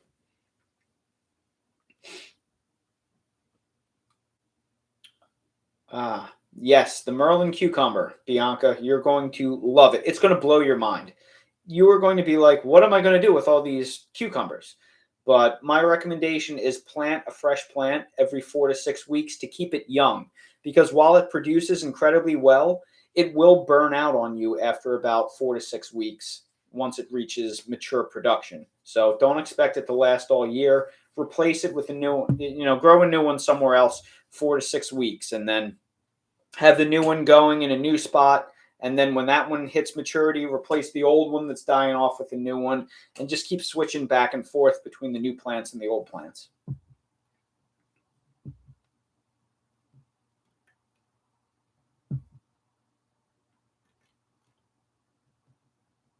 Yeah, Jake's mailbox. I would think you could grow any lime indoors because they're all pretty naturally dwarfing.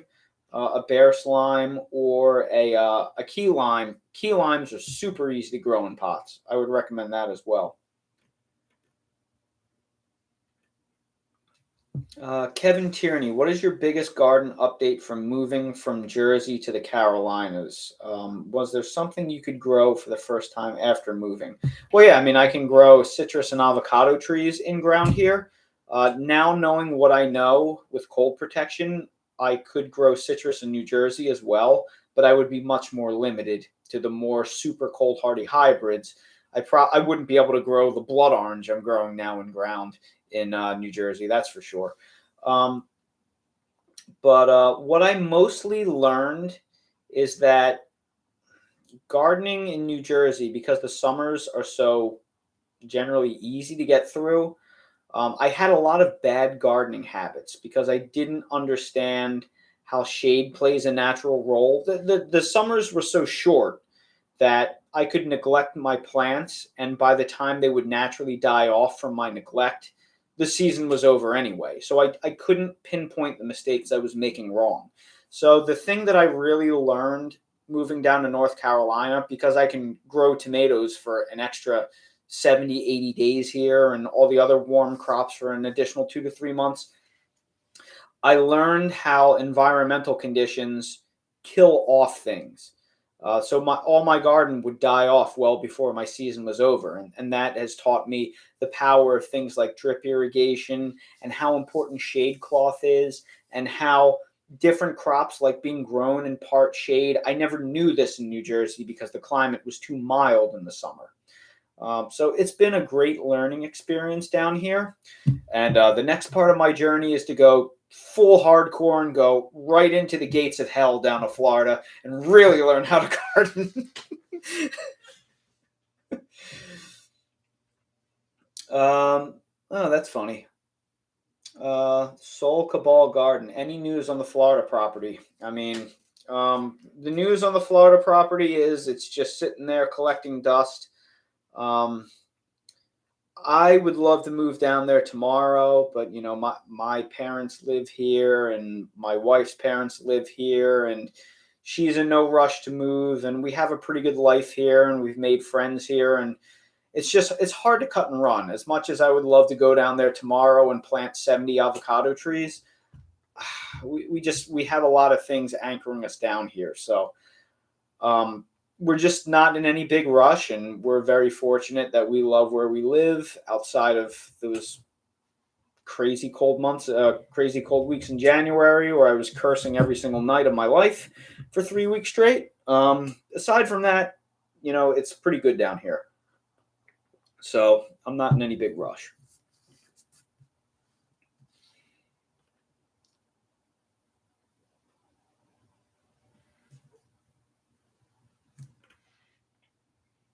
I'm trying to find your original question. Wazgut 67.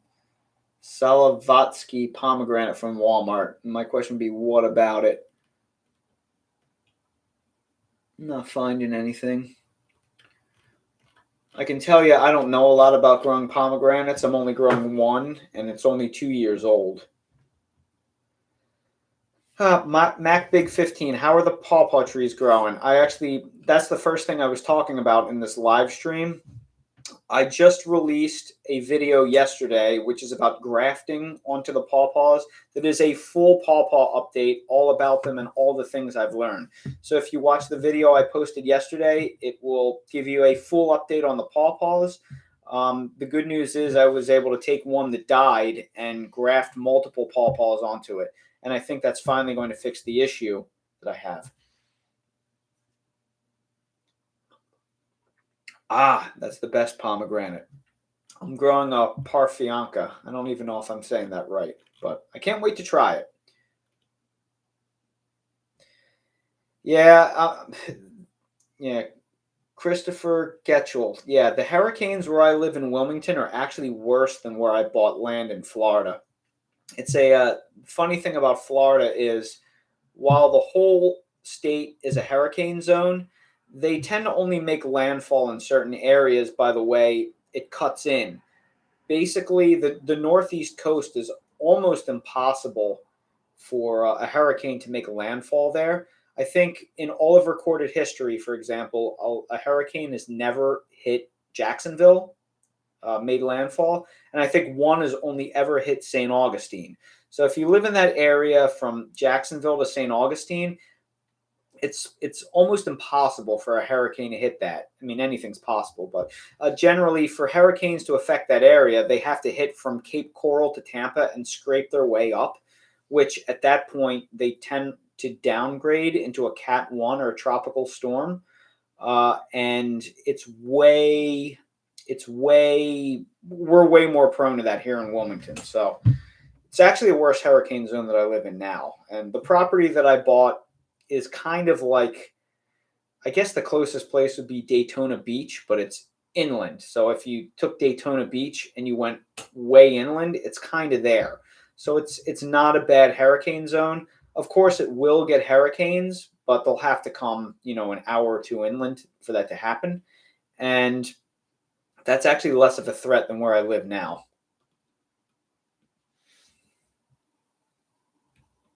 Yeah, biggest Florida fear: venomous snakes, toxic mosquitoes, and gators. They're here, and all those things are here in Wilmington too. You know, we have cottonmouths, we have water moccasins. I mean, go to New Jersey, there's rattlesnakes. I mean, there's nowhere. The mosquitoes in Florida are nothing compared to what we deal with here in Wilmington. The whole Florida mosquito thing is largely a myth. because the colder your winters, the worse your mosquitoes are. The things that makes mosquitoes really bad are long cold seasons, because then they hatch all the time. So in Florida, because the mosquitoes technically never go dormant, they're spread out over a long period of time, so they don't get big excessive blooms. All of the times I've gone to Florida, I've taken a dozen trips to Florida, I have never seen a mosquito, including on my property. There aren't mosquitoes. Here in Wilmington, it's a nightmare every April and every October. You can't even go outside after 5 p.m. I can't wait to go to Florida where there aren't mosquitoes. So that's largely a myth. Mild winters, less mosquitoes. The colder the winters, the worse the mosquitoes. Go to Alaska, go to Scotland, go to Canada. They have the worst mosquitoes in the world there. Thanks, Angie G. I really appreciate that. My Florida property is slightly less than 4 acres, but the back acre and a half is a creek and flood zone. So it's like 2.3 acres that is buildable. So I'm on 0.3 acres now. So I think that'll be enough for me. I wanted more land, but the more I think about it, I can't imagine being in my 60s trying to maintain 10 acres. I think in the long run, it's going to be good that I didn't get as much acreage as I wanted, because maintenance is a young man's game, and I'm not getting any younger. Where did I just see that? Any tips for a beginner gardener? Butterfly Lever 30. Yeah, I have a lot of tips for a beginner gardener. Watch a couple how-to videos on YouTube to get a feel on whatever you're going to grow, and then stop watching videos, put the books down, and go outside and just do it. And make as many mistakes as you possibly can, and learn from those mistakes and use those mistakes as learning experiences. Do not fear mistakes. Mistakes are the best things that can happen to you. So what you need to learn to do when you are a gardener is, when you have a success, dwell on that success. And then when you have a mistake, don't dwell on the mistake, but figure out why it happened and learn from it and use it as an excuse to get better. And when you view successes as the things you dwell on and mistakes as learning experiences to get better, the whole game changes. So you get outside, get dirt under your fingernails, and start slow. Plant easy things like lettuce, radishes, grow yourself some dwarf tomatoes, grow yourself hot peppers, because nothing bothers hot peppers. Nobody wants to eat them. So they have very few pest problems. Those things are great and easy to grow to get your confidence level up. So start with easy plants, grow enough that you can manage, and if something fails, just say, hey, I'm learning, and then savor the successes.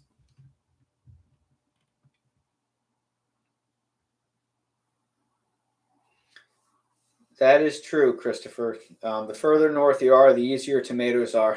They definitely get harder as you go south, as I've learned the hard way. Would you recommend a Desert King for Zone 7B, 8A in the south? No.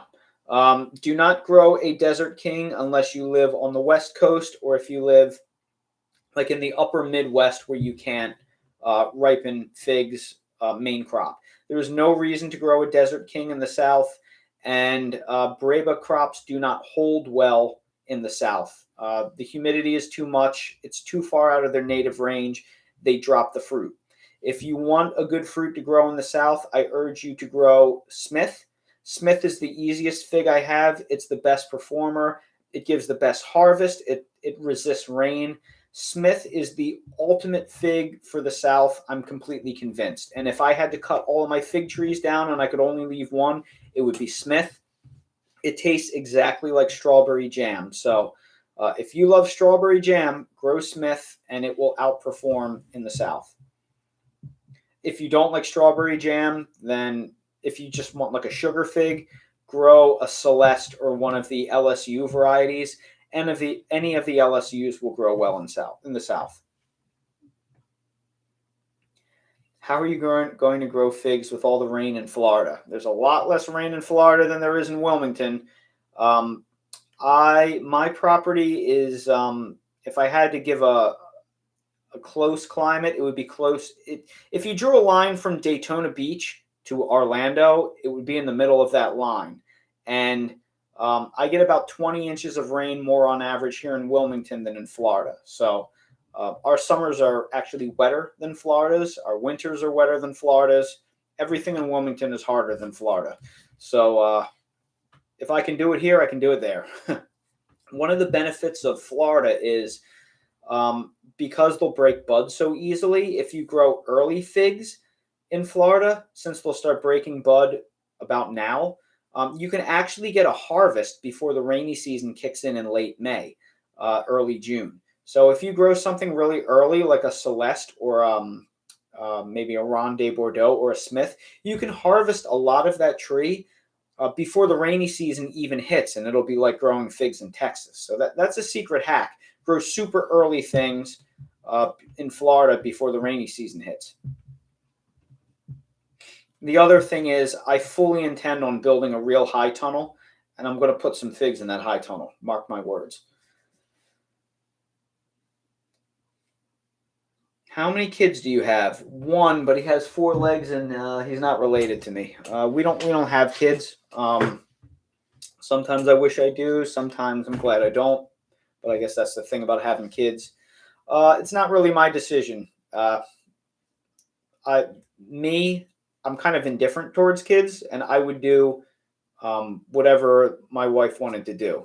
So I'm fine either way, if that makes sense. You consider Smith early? Yes, I do consider it an early fig. It's not as early as something like a Celeste.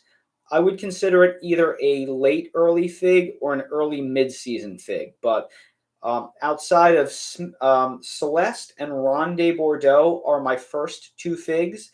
The next fig is either going to be Olympian or Smith. Smith comes in early July here in North Carolina.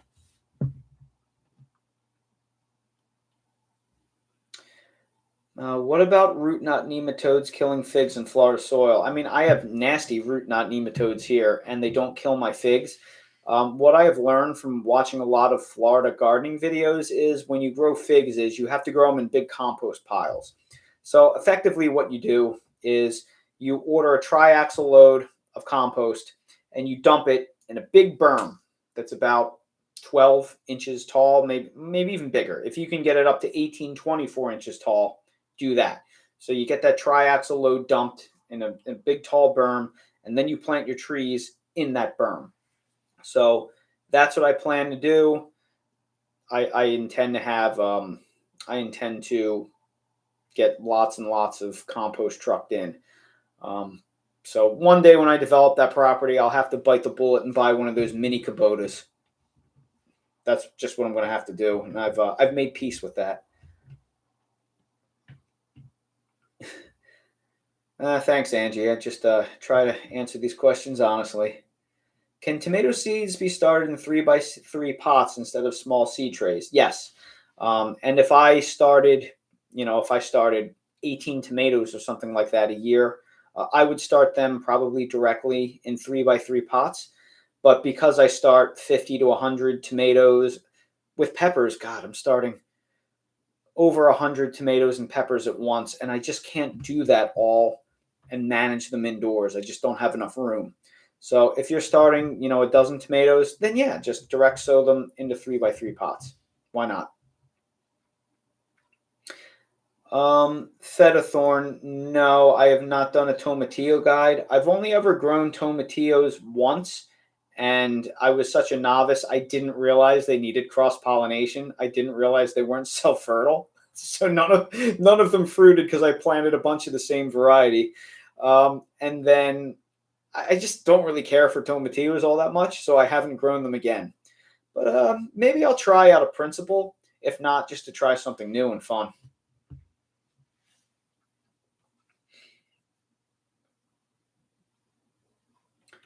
I miss growing figs. Had a half dozen trees around my parents' house in Delco, PA. Nothing like fresh figs in summer. Phil's fan. Is that Delaware County? If it is, did you hear they're renaming Lou Turks? If anybody knows what that is, I'm sure I'll see a comment. That's a Delaware County. That's a Delaware County monument. And Brian, yes, you can grow pears from seed, but they are not going to grow true.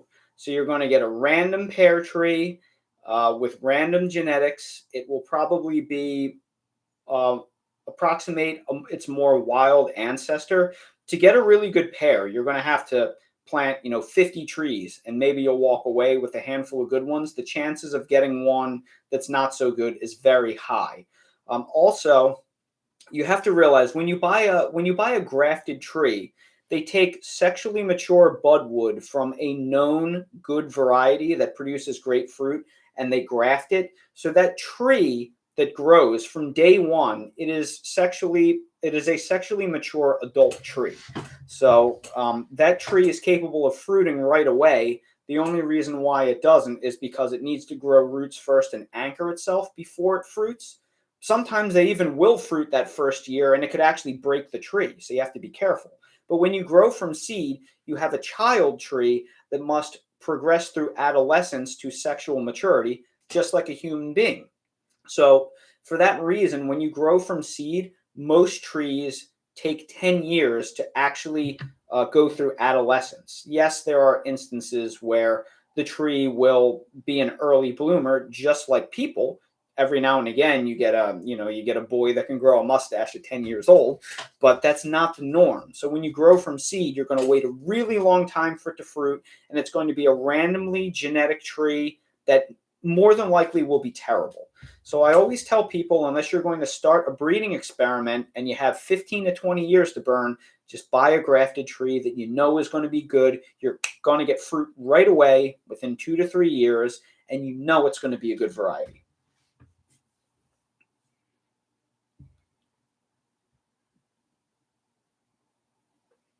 Yeah, that's another problem. Jake's mailbox. When you grow from seed, you're likely going to get a really tall tree.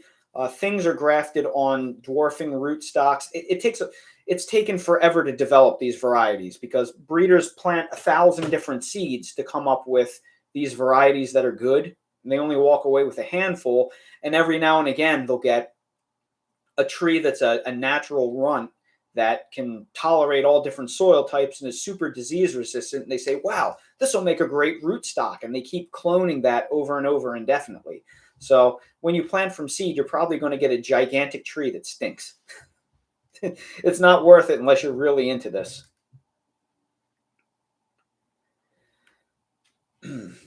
Sylvie Francos, how far apart do you plant fruit trees? I made the mistake to plant 10 feet apart, and I can see that's not enough. So, see, this is the issue. If you're going to plant a fruit tree on standard size rootstock and you're not going to prune that tree and you're going to get it to grow 20, 30 feet tall or more, then you're going to have to give them a lot of space. But I take the completely different approach. I source dwarf and semi-dwarf varieties, and I plant them close together, about 6 feet apart, 6 to 7 feet on average, and then I prune them annually, and I keep them small through annual pruning. So for me, I don't want a big 20 to 30 foot fruit tree growing in my yard. I'm in a suburban backyard in HOA. It won't fit. So if you prune them annually and you source smaller varieties, it's so easy to keep a fruit tree indefinitely under 10 feet. Any fruit tree, even. You just have to put in the work and the effort to do it. And a lot of people are scared to prune their fruit trees because they think it's bad. This isn't like cutting limbs off a person. Fruit trees need to be refreshed in order to stay vigorous and young and vibrant and fertile. Otherwise, they're going to decay. These trees wouldn't last long growing on their own compared to one that you maintain and constantly refresh through pruning. Pruning actually reinvigorates them. So you really want to source yourself smaller trees, and I like planting them closer together and keeping them small through annual pruning. But again, that's up to you. If you want them to be a really big fruit tree, like you want to grow a mango in Florida, and you want it to be a monster, well, then you're gonna need a lot of space. You're gonna need 15, 20 feet. Cool creeper, any tree can grow in pots as long as you give it enough water, enough food, and enough room for the roots to expand. So if you're using a 15, 20-gallon container or a half wine barrel or something fairly large, you can grow mostly anything in pots. But I would recommend, if you choose to do that, you source a dwarf variety. I know there's a lot of dwarfing mulberries out there. Get yourself a dwarf mulberry and it will grow in pots just fine. Just get yourself a 15-gallon pot or something like that.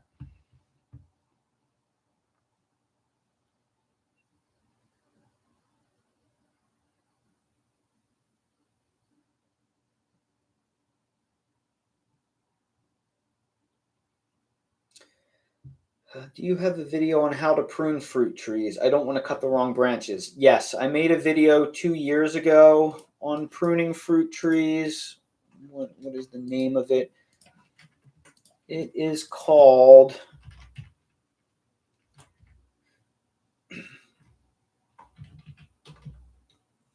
It is called How to Prune Fruit Trees for Small Size and Maximum Production. I made it on February 5th, 2024. So that should show you pretty much everything you need to know about pruning. The only thing you really need to know before you do it is, does your fruit tree produce fruit on the previous year's wood, on spurs, or on the new year's wood? So for example, fig trees and persimmons produce their fruits on the wood from the current year. So it's advantageous to cut them back heavily because they'll produce new wood, which will make more fruits. Something like apples and pears, they fruit on these little spikes. They're called spurs. So you need to make sure you don't prune them off. You want to maintain them. Something like a peach tree or a pawpaw tree, they fruit on the previous year's wood. So you don't want to prune too much. You want to save a lot of the previous year's wood because that is what is going to produce your flowers. If you cut too much off, you'll run out of wood and you won't get any fruit for the year. So it depends on what you're growing, and you have to know all that. That's really the tricky part. Dakota, I'll try to do a couple more of these Q&As now that we're heading into the heart of the gardening season, and people are going to have some questions. So I really wanted to dedicate this time. How can I help my wife stop killing all our plants? Tell her to get another hobby. Keep her away from the plants. Can't help you with that. Look, what am I saying? Of course I can help with that. You just have to learn to do it. Unfortunately, one of the best ways to learn how to be a good gardener is to kill stuff. And if it is her goal to become a better gardener, the only way is to learn the hard way. And of course, with supervision to avoid the catastrophic mistakes. If she doesn't care about gardening and she has no interest and she's just going through the motions like it's a chore, like it's taking out the trash and just doing whatever, then maybe then, if she has no interest in learning it, maybe then keep her away from the plants. But if she wants to learn, mistakes are the best teacher. Yeah, that's another thing. Grow figs, really hard to kill. Hey, David and Megan, good to see you. I see you. It's good seeing you last week.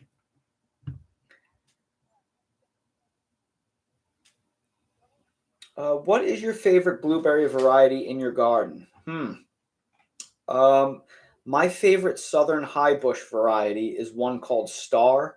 The production is absolutely incredible, amazing production. But when it comes to taste, all of my rabbit eye blueberries are incredible. I'm growing the varieties Titan, Krewer, Krewer, and Pink Lemonade.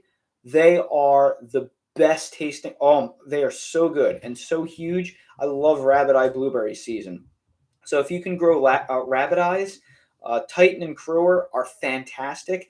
And pink lemonade is the most unique blueberry I've ever tasted, and it's self-fertile. So it's one of the only blueberries that pollinates itself.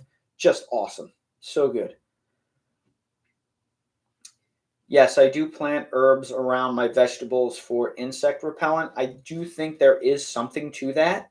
I'm growing garden sage, rosemary, thyme, oregano. I think these scents are so strong, they do some masking, and I think there is a real benefit to that. I think it kind of confuses some of the pests.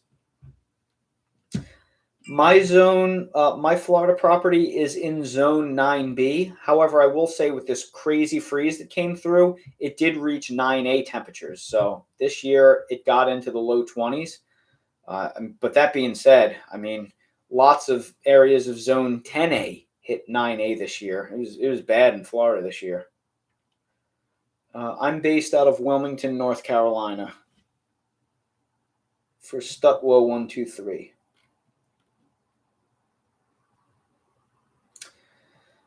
Lauren Bush, what variety pineapple guava is the big one you have close to your house? So that is not a named variety. That is a variety that I got from Stan McKenzie at McKenzie Farms in Scranton, South Carolina. He's who I get all of my grafted citrus from. So when I went to his farm, when I bought my original citrus trees back in 2018, it was right after this big historic 8-degree freeze that wiped out all this stuff in North Carolina. It was terrible. And he was showing me how his pineapple guava took 8 degrees, 2 nights, like a champ, no problem. And he sold me a clone of it for $15 in a pot. And that thing is awesome.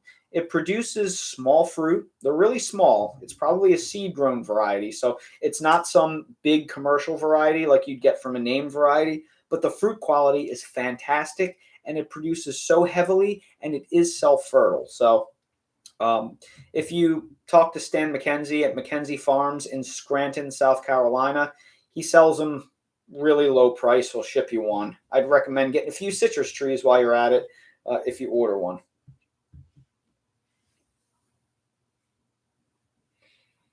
Have you looked into subtropical greens for summer crops in Florida? What varieties? No. I haven't looked into a lot of stuff to grow in Florida summers. I'll be honest with you. I'm mostly about growing stuff in the Florida winters. But I'm just not thinking that far ahead. I daydream more about fruit tree varieties, and I'll worry about the annuals and things like that when I get there. Yes, I will try to grow mango trees, but they will need protection. So my goal is to probably plant a few of the dwarfing condo mango varieties in ground and protect them with incandescent lights and plant jackets, just like I do with my avocados and citrus trees here.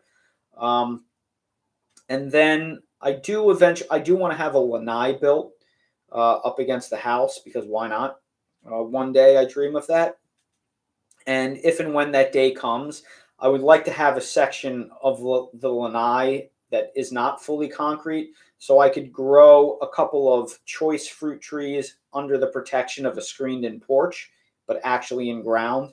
So I'm hoping a lanai will get me a zone 10 microclimate, and I'll actually be able to grow maybe like a black sapote, or maybe a larger variety of mango, like an ice cream, or like a pineapple pleasure or something like that that is too big to grow actually out in the open.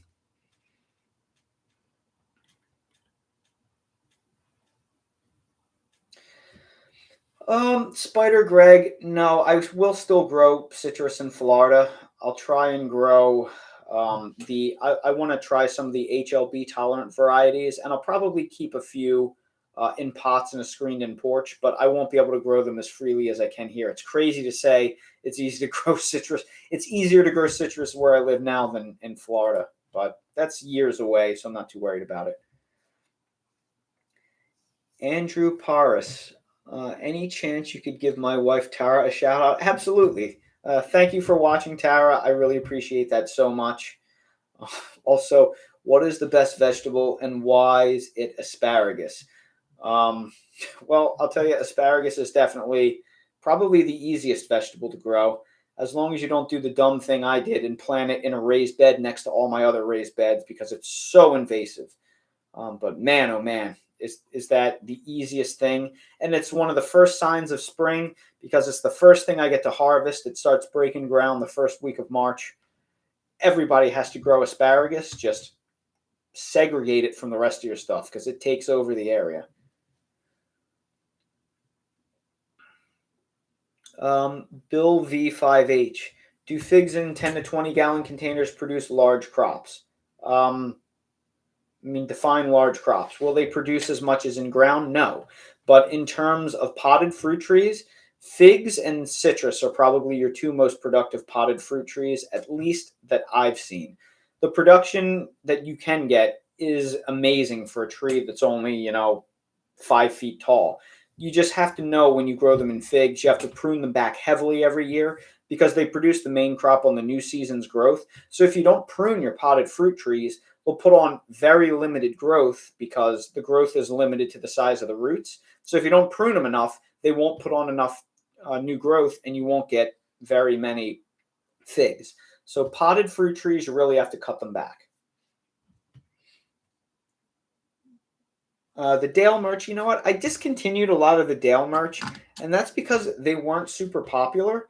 But I do kind of want to bring a couple of them back and maybe modify the design a little bit because I think the problem was I had too many of them. I just need to make like one big Dale glorifying shirt. Right, buddy? I think it's time we bring it back into the fold.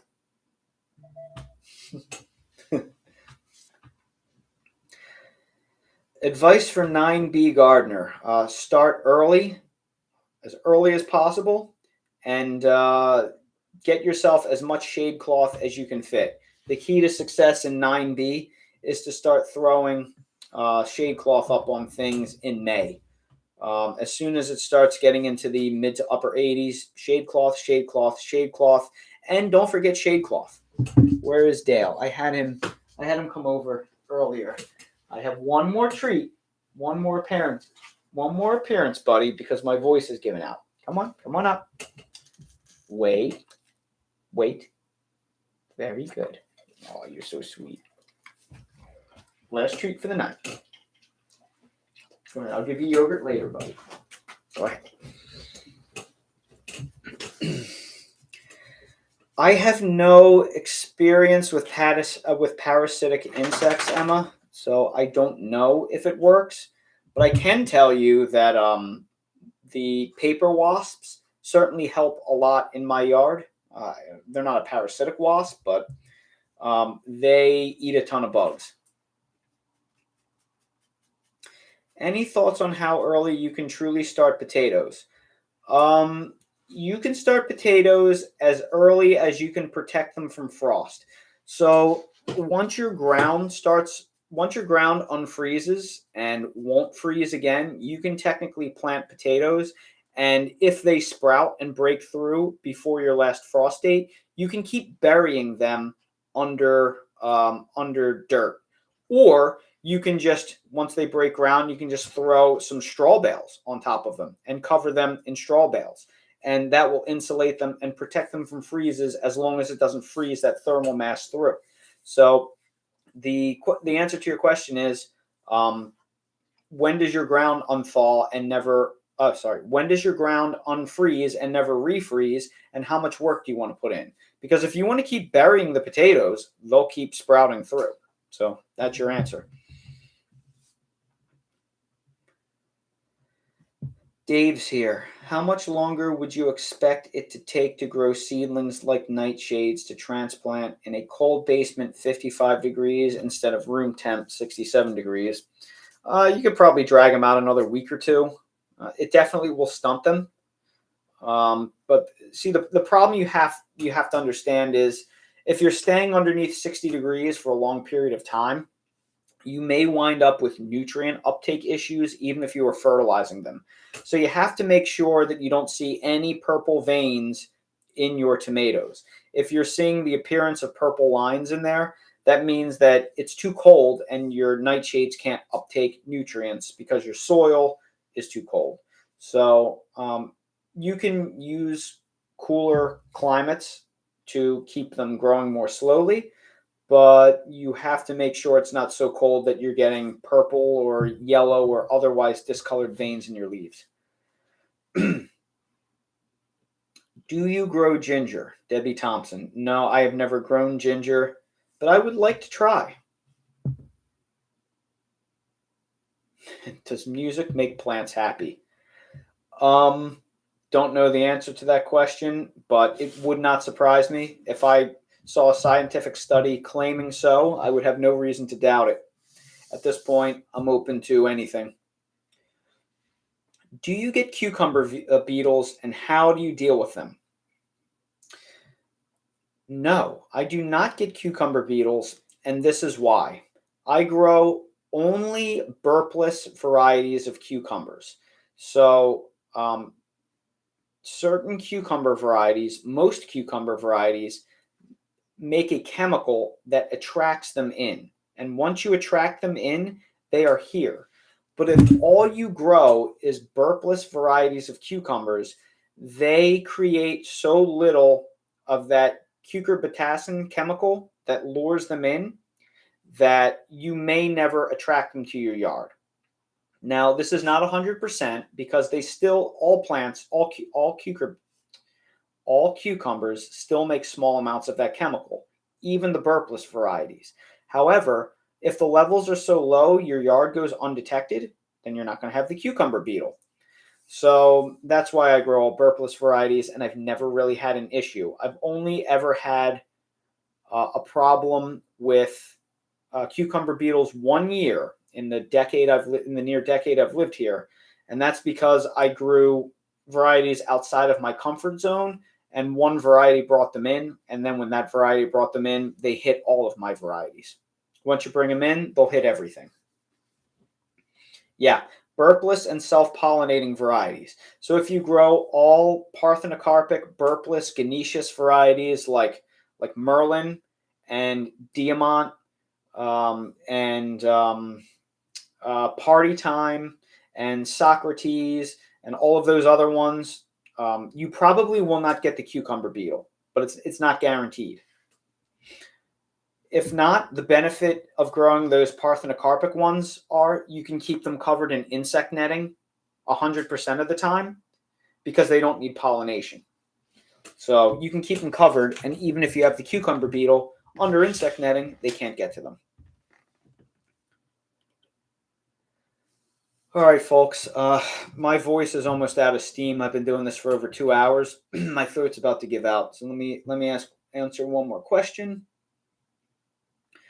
What recommendations of plants and flower to repel deer and other pests from your garden area? The only thing I've ever found that repel deer is a fence. My father, back when we lived in New Jersey, used to spray the stuff called deer off that smelled like cat poop. It was the worst smelling stuff I've ever smelled in my entire life, and it still didn't work because as soon as it rained and it washed it off, it was gone. And the deer would come in.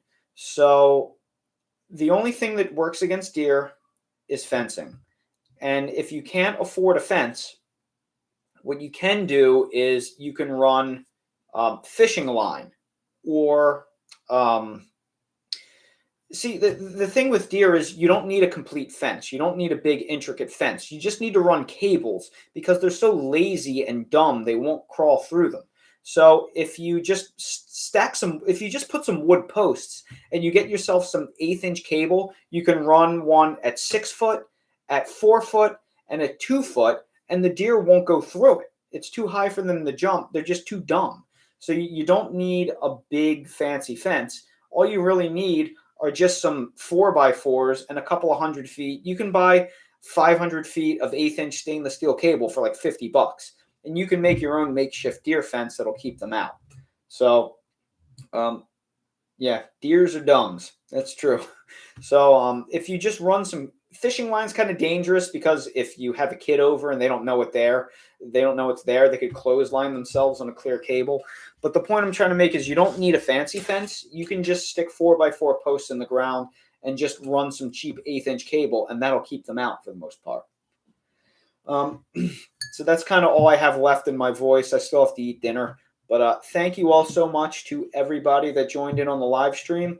And I will try to do a couple of more of these things, especially now that that we're moving into spring and it's the core of gardening season. So thank you all for joining the live stream. I hope I could have helped you in some way. Thank you all for your support and your viewership. It means so much to me. Dale and I appreciate it more than I could ever put into words. So thank you, and I hope I've helped you in some way as well. And I'll catch you all in the next one. Thank you.